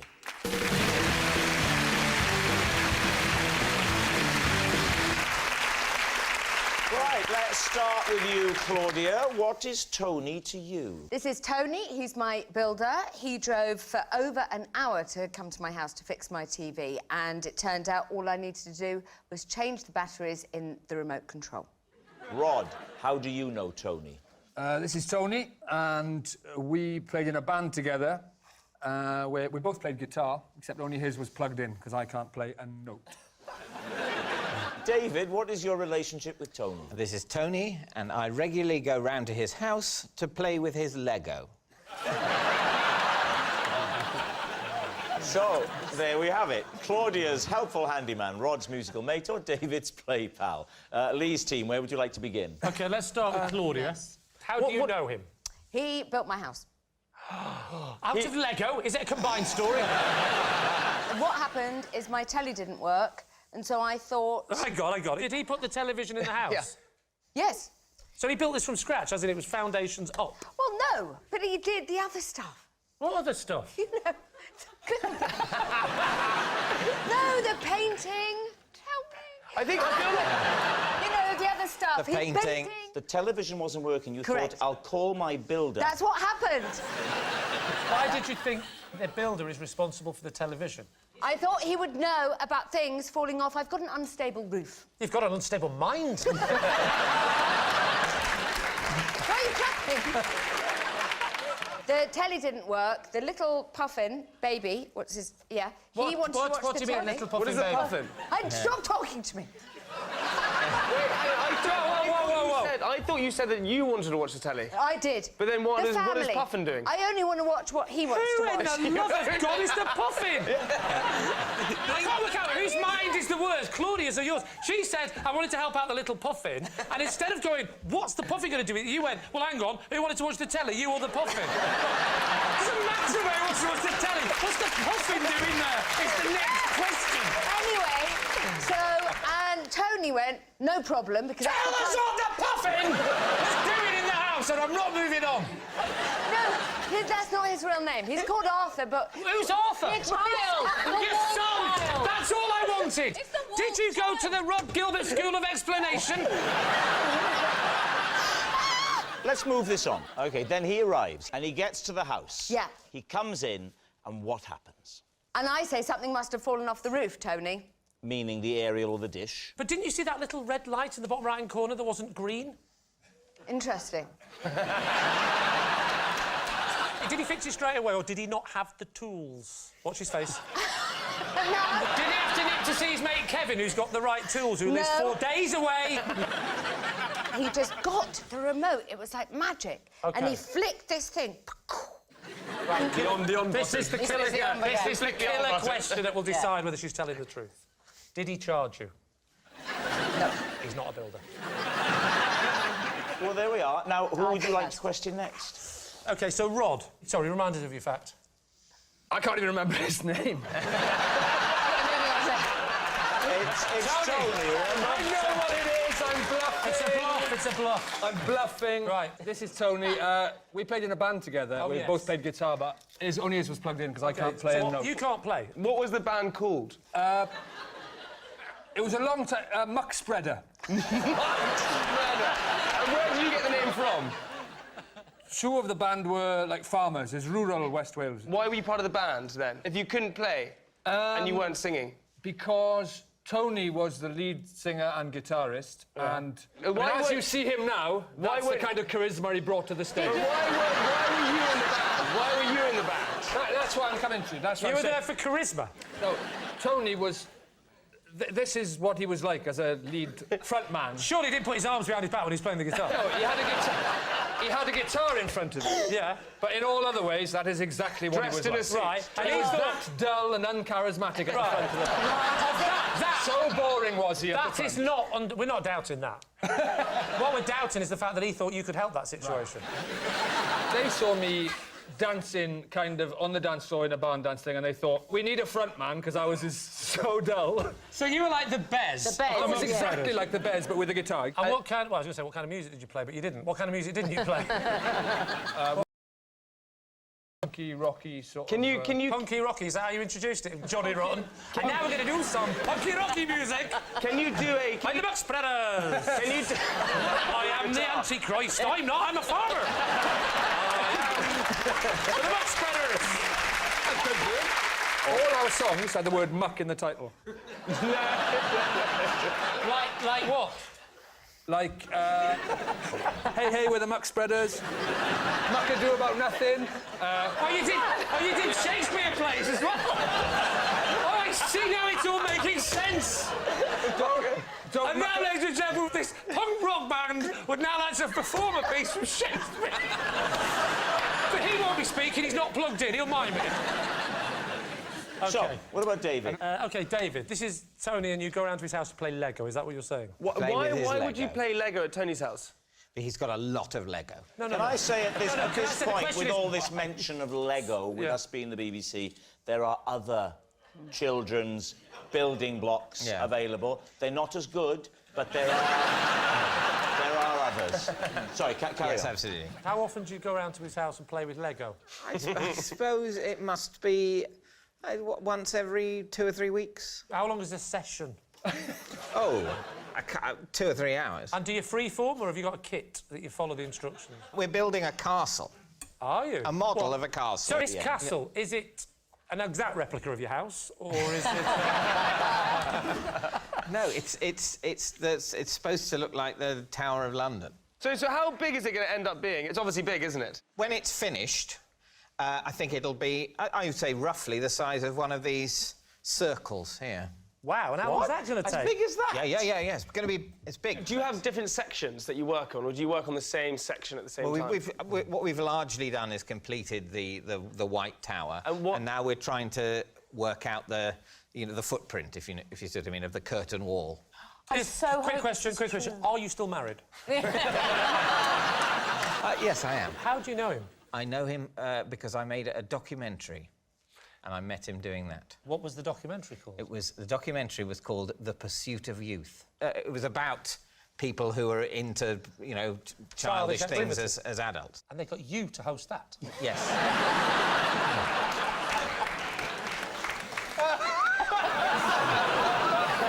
When you approached this sort of Lego building, did everyone believe you? So you told your wife, you said, I'm going to go and build Lego at Tony's house, and everything was fine, and that was all... She seemed to believe me.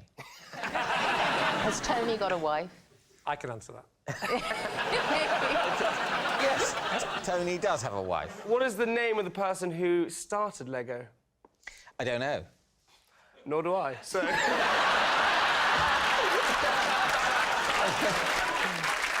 So, Lee's team, is Tony Claudia's helpful handyman, Rod's musical mate, or David's play pal? Well, David's played this game long enough to know that if he was to put in the phrase, I was making a telly show, that would be a risk. Are you following his career? I'm not. Anybody here following David's career? Anybody? I feel like I saw the trailer for it. Don't say that even as a I feel like I saw the trailer. That was trailers? David... This week on Pursuit of Youth. How's your wife, Tony? Join us next week on Pursuit of Youth.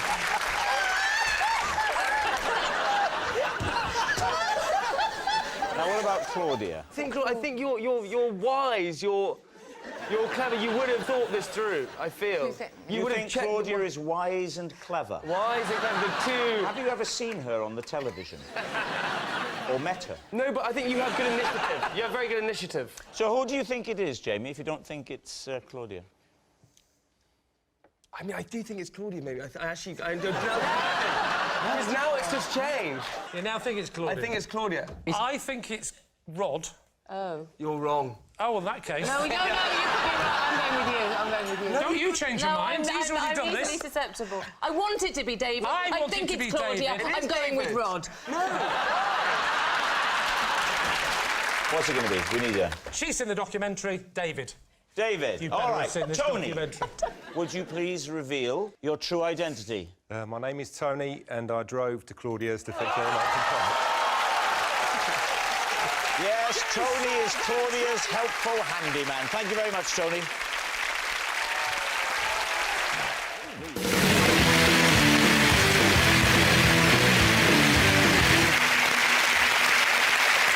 So, Richard, what is Pauline to you?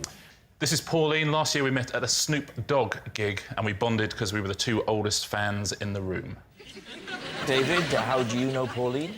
This is Pauline. When I was a cub, she was the Arcala and she had to take me out of the scout hut once for asking too many questions when we were being given a talk by the police.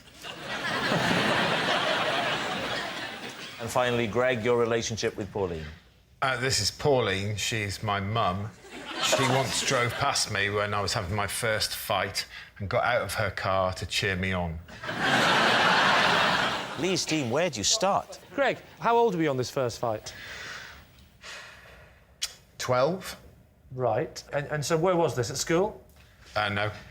Where was it? Outside... Outside the music room? It was in a street. In the street? Yeah. Who were you fighting? I honestly can't remember his name. He was a lad, and he was in the year above me. And I remember he had fairly distinctive red hair. Is that why you fought him? I fought him because he'd fought one of my friends. Oh, OK, so this was like a... Revenge. You were like doing a heroic gesture. Yeah. And he was older than you? Yes. What was your friend called? Well, I'm from Shropshire, so he was called Chinese Dave. Is everyone called Chinese Dave in Shropshire? No, I just think he was called Chinese Dave, and I honestly don't know the reason, because he certainly wasn't Chinese. I think it's because he used to wear a hat. No, that would be it. That would be it. That'll be it, probably. What was your fighting technique, do you recall? It was a sort of windmill of bones, just like this. Windmill of bones? I give you the windmill of bones! What was your mum shouting at you by way of encouragement? I mean, as I recall, it was just get in there. Do him, yeah. Get in there, son, is what I... And was she there the first time you had sex? This was in the street. Your mum was driving. Yeah. Past you, saw you. She knew about the attack on Chinese... Dave, yeah. Who wears a hat. So I presume she saw what was going on and thought, oh, it's good that my son is avenging Chinese Dave's... So, did she get out of the car or just do it from the window? Was it a drive-by? No, she got out. Who didn't win the fight? Did your mum then... Surely she stepped in and stopped her, or did she say, keep fighting? Well, let me tell you, Patsy, the fight came to a fairly abrupt end. Why? And I'm going to give you some very specific detail now. Thank you. Because I was chewing polos during the fight. Please, no, you're not going to try and convince us that they came out and your mum thought it was teeth. Hear me out. He is. I got caught in their mouth, and literally I spat polos everywhere. And my mum went, oh no, it's teeth, it's teeth! What's your mum called? Pauline.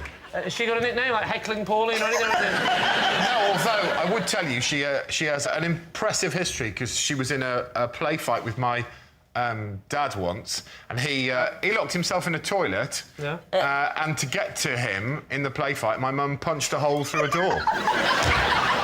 So there's obviously a violent streak in this one. It is true, though. It's definitely true, and that is my mum.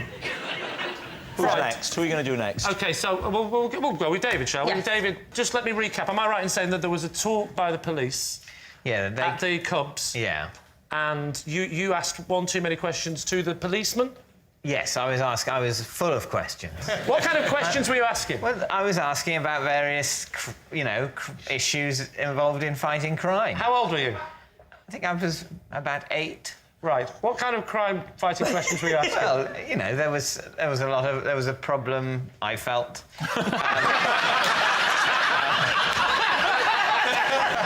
There was a problem with vandalism and graffiti in the area. At that age, you're supposed to be taking part rather than complaining about it. That's OK. Different upbringings. That's fine. What are the questions? I asked a lot about the locks in Cagney and Lacey.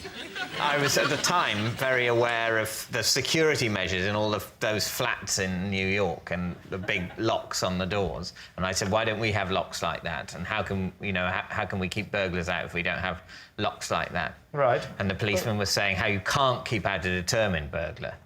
And I was saying, well, why do we lock the doors at all then? But I wasn't really aware that he was supposed to be trying to get on with the talk and the questions would happen at the end and maybe they wouldn't all be asked by me. Where was this Cubs? It was in Headington. Headington? Where I grew up. Well, I know that. I don't think you travelled. Yeah. I assumed it was where you lived, otherwise that would be bonkers. Where are you from? Oh, I'm from Newcastle, but that ain't No, my travel. parents had heard about a very good Cub Scout group about 400 miles away, and they thought about driving me there to get the very best training and tying. Yeah, absolutely. But what badges did you get, David? Don't talk about badges in front of Richard.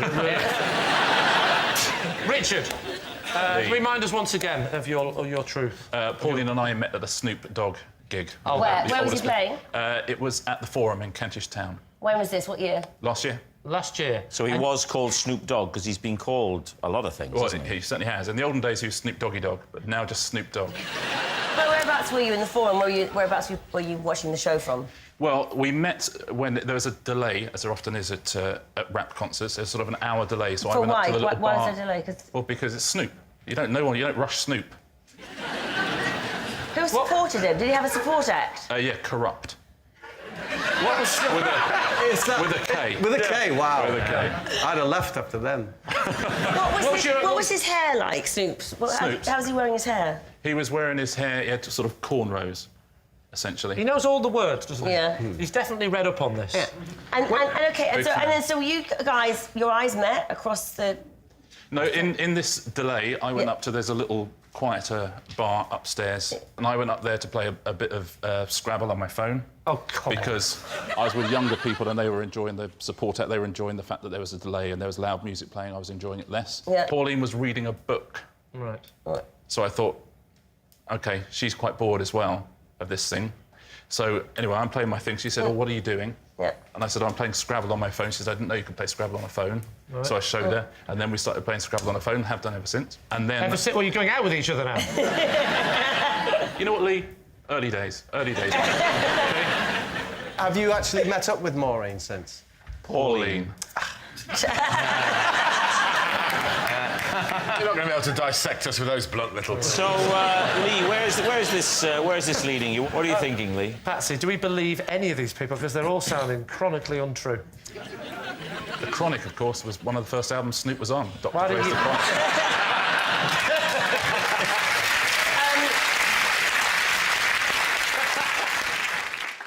I could see David in his Cub shorts and being worried about the graffiti. He sort of the sort of person that it would have upset him. And I'm intrigued by this slight physical resemblance between Greg and the lady. I know what you mean, yeah. Do you mind standing up, Greg, again? Would you stand next to this lady you claim to be your mother? Next to my mum? Well, let's call her a woman for now. Right. Now... I'm guessing, for this mean average to work out, your dad is the Jolly Green Giant. No, but you see, Lee, it's a fact that a son has to be taller than their mum. it's either Richard or Greg, I think. So that's my answer. So you think it's... I think it's Richard. You think it's Richard? You think it's Richard or Greg? Yeah. Don't forget Richard. What are you going to say? The Scout hat one, the... sorry. Oh, sorry, are you still here? The Scout hat. OK, I need an answer, and I really do need it now. We're going for David. He's trying to double bluff me at the end, so I'm going to go with David. You're saying it's David? And if it is David, I'll be so happy now. You're saying it's David? I think it's David. OK, Pauline, would you please reveal your true identity? My name is Pauline. I am Greg's mother. And...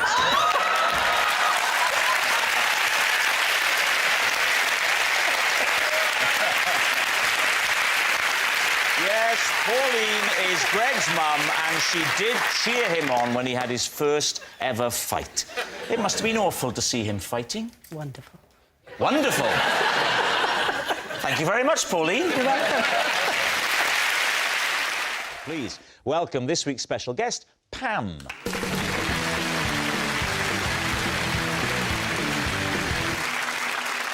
So, Victoria, what is Pam to you? This is Pam. She once returned my missing cat, only for my actual cat to turn up 2 days later. Right, Victoria's pet pal. Rod, how do you know Pam? This is Pam. I once had to say sorry to her for throwing my welly at her owls. Rod's owl owner. And finally, Lee, what is your relationship with Pam? This is Pam. She once walked into her hotel room to find me in her bath. So there we have it. David's team, where to begin? So, Victoria, so you had lost your cat. Yes. Is that right? Yeah. And what did the cat look like? Black. Just black all over? Correct. And how long had the cat been missing? Maybe 2 or 3 days. Right. And had you done anything about the cat being missing? Yeah. We'd put flyers up on bus stops, lampposts, newsagents' window. Yeah. Name of the cat? Romeo. Romeo. And so... Did you put underneath where for art, though? No, but I should have done. Except, of course, that means, why are you? Yes, Not good where. point, David. I realise he didn't realise that. No. Yeah, I love working with you, David. Yeah. Such fun. If it's any consolation, Lee, and I know it will be, I welled up with self-loathing even as I said it. But I couldn't not say it. Well, so, that's fair enough. This is one of the many things I'm dealing with. OK. Well, can you hurry up and get it sorted out? That's what my therapist says at every session. So soon after the, as it were, the flyering campaign, Pam turned up. Yep. And did you know Pam before? Vaguely. How did you know her? Because she's the landlady of my local pub. Right. Which and she says vaguely. You mean very well, Victoria. So when she brought the fake Romeo back, did you know it wasn't your cat? No, I thought it was Romeo. We were completely happy to have him back. He he looked a bit thinner. A bit more black and whitey. A bit more doggy. So then when the real Romeo came back... So there was meowing at the back door 2 days-ish after that, and opened the back door, and there was Romeo. So then I thought, oh, my God, I've got to go back to Pam. Yeah.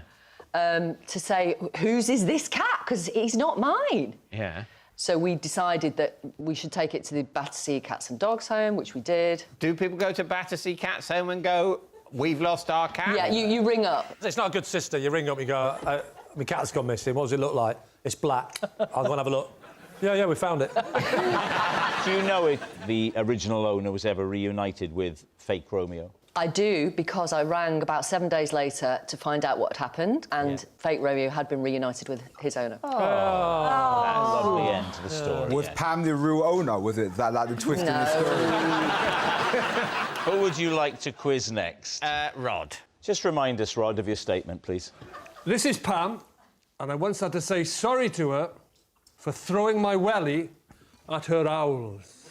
Rod, yeah. Were you sharing your welly with your friend? Well, yes. I was in a way, because I say my welly, it was my welly for the duration of the welly throwing. Yeah. Nice. Why was Pam's owl attending the welly throwing contest? The welly throwing contest... Yes. ...was at a little fete, a festival, it was at a wedding. It was a wedding. And the wedding people decided to have, like, a fete, a festival, a little carnival, to entertain people in the day before the wedding. Yeah, but why is that part of the festival? Just a woman was standing with owls? I mean, it's a good question. Pam and her owls were at the wedding. Are you saying Pamela Owls or Pam and her owls? There's Pam and her owls. Yes. There's welly throwing, there's food stalls, there's coconut shies, there's other things going on. OK, so it's at the Pam and her owls section. What's the activity? Just a good old look at an owl. There's a little gazebo, and then there's owls on, like, podiums that you can go up and read about, and you can ask Pam about her owl. So these aren't models of owls, these are live owls. Oh, they're live owls. Did you say, are they live? Yeah. Well, I mean, the idea of someone coming along with owls sounds very dull. Yeah. But for Pam and her owls, and they're just little cement owls, would be... Right, thanks, Pam. I'm just going to go to the food store. Pam's got a show with her dead owls. Pam and her dead owls to the right. Do the owls do anything? Or do they just sit there? They just sit there. They sit there and observe the people reading about them. Pam assured me they were alive. But if they were in the gazebo, when you threw the welly, how did it hit the owls? Shall I show you what happened? Yes, please do. Right. There's two techniques of welly throwing. You've got the basic swing, like that. Or, you'll know this, Rob, you've got the hammer. Of course, yes. Right? I swung like that, left go a little bit too late. Oh. On an angle. Here's Pam and her owls, 2 owls on plinths. Yeah. I leave go of the welly. It goes straight into their gazebo. This is how I knew they were alive. It went straight through the middle of them, and the two of them went like that. Right. So the owls weren't hit or hurt? Thankfully. But they might have cricked their necks. Because I don't think Pam would be standing like that if I'd killed them. All right, now then, what about Lee? Just remind us. This is Pam. She once walked into a hotel room to find me in her bath. So why were you in her bath? Because I was in the wrong room. How did you end up in the wrong room? I ended up in the wrong room because I locked myself out. So you thought you'd just pick anyone? No, I went down to reception and told them this. I said, I've locked myself out. And they said, oh, what? So just go in Pam's room. They said, don't worry, she's at a wedding with her owls, you'll be all right for an hour. They said, what room are you in? Gave them the room number. Didn't realise I'd got the room number wrong. Yeah, but you've gone in the room. Correct. Haven't you noticed that your suitcase is not there? And No, you because and you just went straight in the bathroom like a nutter. No. You just went I had checked into the hotel a few hours earlier. I was very late for a show I was doing. I put my suitcase just next to the bed and ran straight to the show. You go in the room, you go immediately into the bathroom. You haven't gone into the main bit of the room in a way which would be, there's no doubt, more normal. Have you ever needed the toilet desperately? Yeah, but you went to the bath, not the toilet. Hey, I'm from up north, I can double up. Yeah. So you're naked, you're in the bath. Yeah. Pam walks in. Yeah. What happened? I got my headphones on. I'm chilling out to a bit of whatever. And then I think I hear a click, if I'm going to be honest. At the time, I'm thinking... And it's Pam cocking a gun.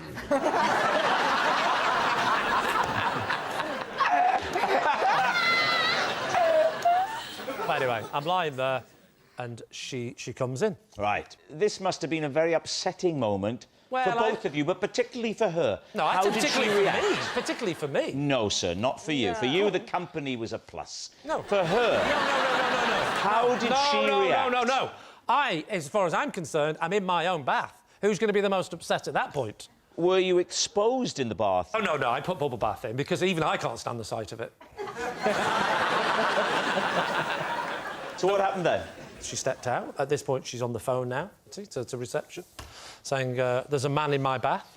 So I went round the corner to have it out with Pam. I see female clothes strewn everywhere, and I don't like being in the wrong, so I just went, well, somebody's very untidy. and I left. She wasn't happy until I turned at the last moment. I said, just as the door was closing, I just put my foot in like that and wedged it. I went, would you like to come on Would I Lie to You? All right. We need an answer. So, David's team, is Pam Victoria's pet pal, Rod's owl owner, or Lee's bemused bather? I think Victoria, because Pam looks like a pub owner. She looks like she could handle a tap. Yeah. She could that night. What do you think? I think it's Victoria.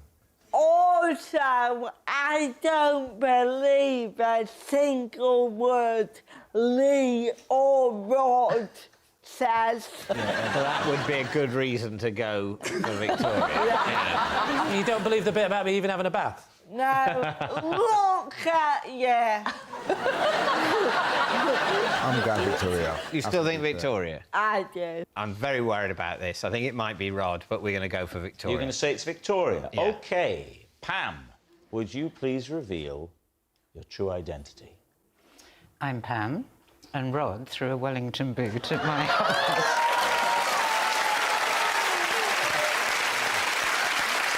Yes, Pam is Rod's owl owner. Thank you very much, Pam.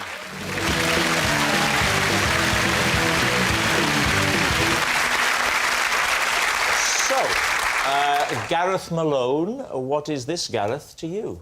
This is my old neighbour, Gareth, and when I was learning a song, he would distract me by singing the same song in his own flat, but in a different language. Right. Richard Osman, how do you know Gareth? This is Gareth. When he came to watch a recording of Pointless, I have to ask for him to be moved away from the front row because his behaviour was putting me off my statistics. And Greg, how do you know Gareth? This is Gareth. He was the rickshaw driver I once paid to pedal me home. By the time we arrived, he was so exhausted, I let him stay on my sofa. So there we have it. Gareth's synchronised singer, Richard's pointless punter, or Greg's shattered chauffeur. David's team, who do you want to start with? Gareth, what language does he sing the song in, or does it vary? He was singing in English. So what were you singing? German. Ah. What song? I think it was Bach's St. Matthew Passion. That's what I thought it would be. Yeah. So how often did this happen? Enough for me to remember to mention it now. Because if a neighbour was singing a song next door to me, the first thing I'd do would be to translate it back to English. Yeah. And sing it as an off-putting kind of... Yeah. Especially through a wall. That really cuts deep. How does it go, Gareth? I can't remember it in English. You don't really want to hear it, do you? I'd like to hear it as if you're frightened. Da Jesus diese Rede vollendet hatte, sprach zu seine Jüngern.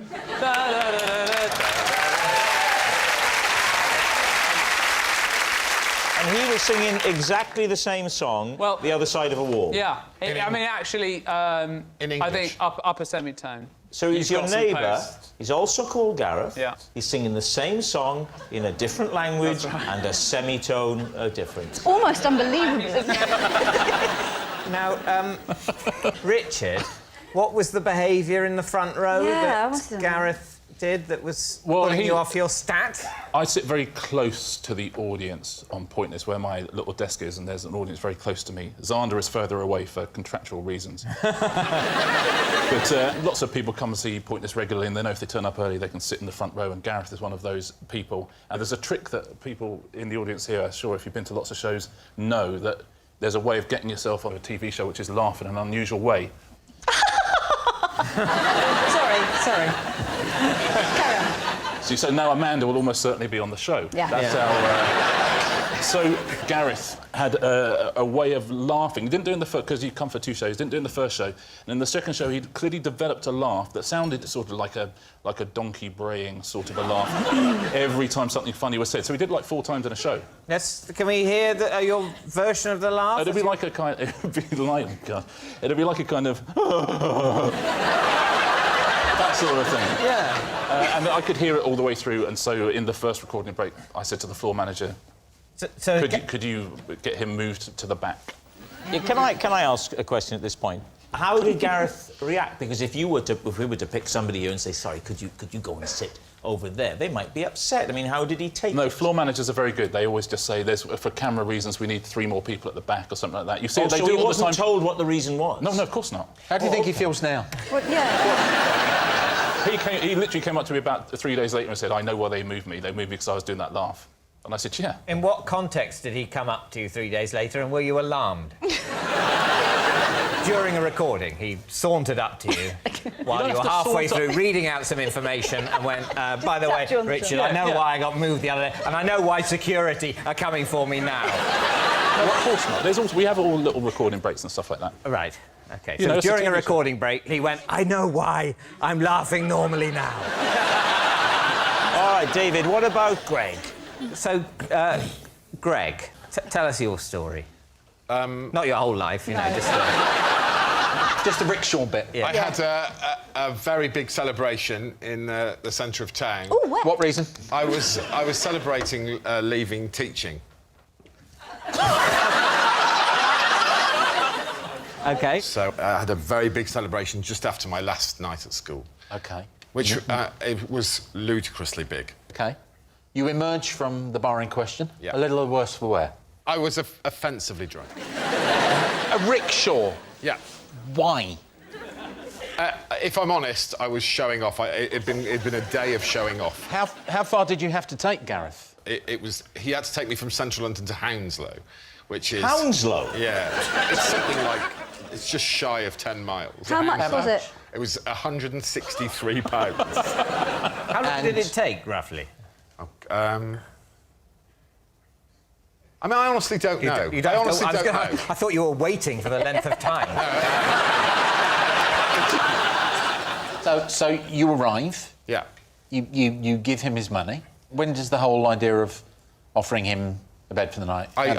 We didn't even discuss the money because I got off the bike and by which point I was incredibly sober and I looked at his face and it was it was grey. I mean, I genuinely feared for his life. So I said, oh my God, you must come in for a bit. And I made him a cup of tea. Great.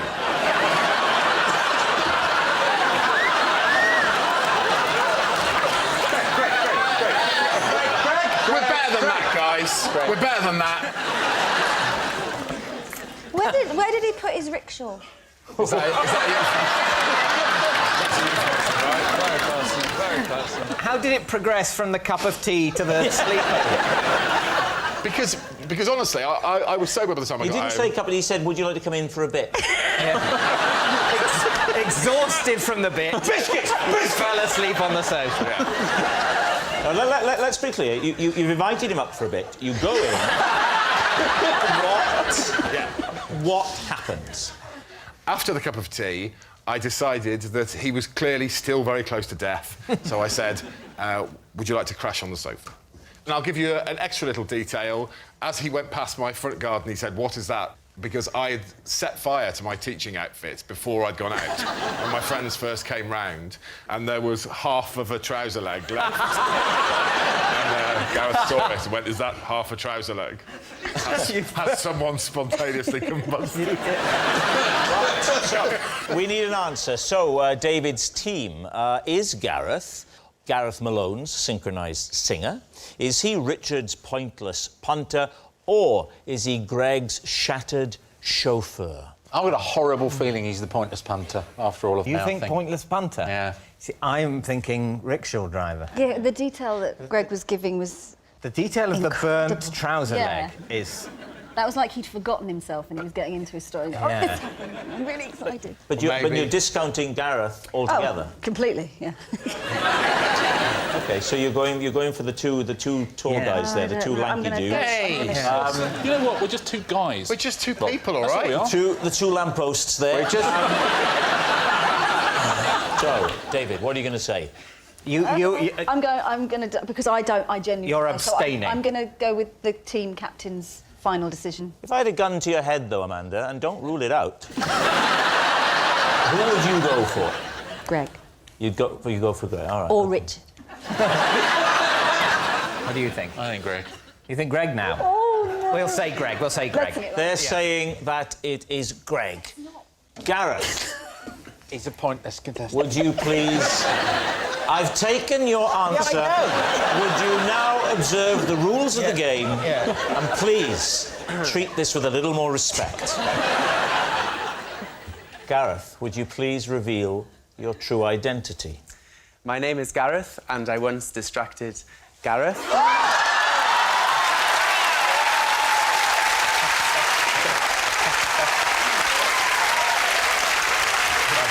Yes, Gareth was Gareth's synchronised singer. Gareth, thank you very much indeed. Thank you.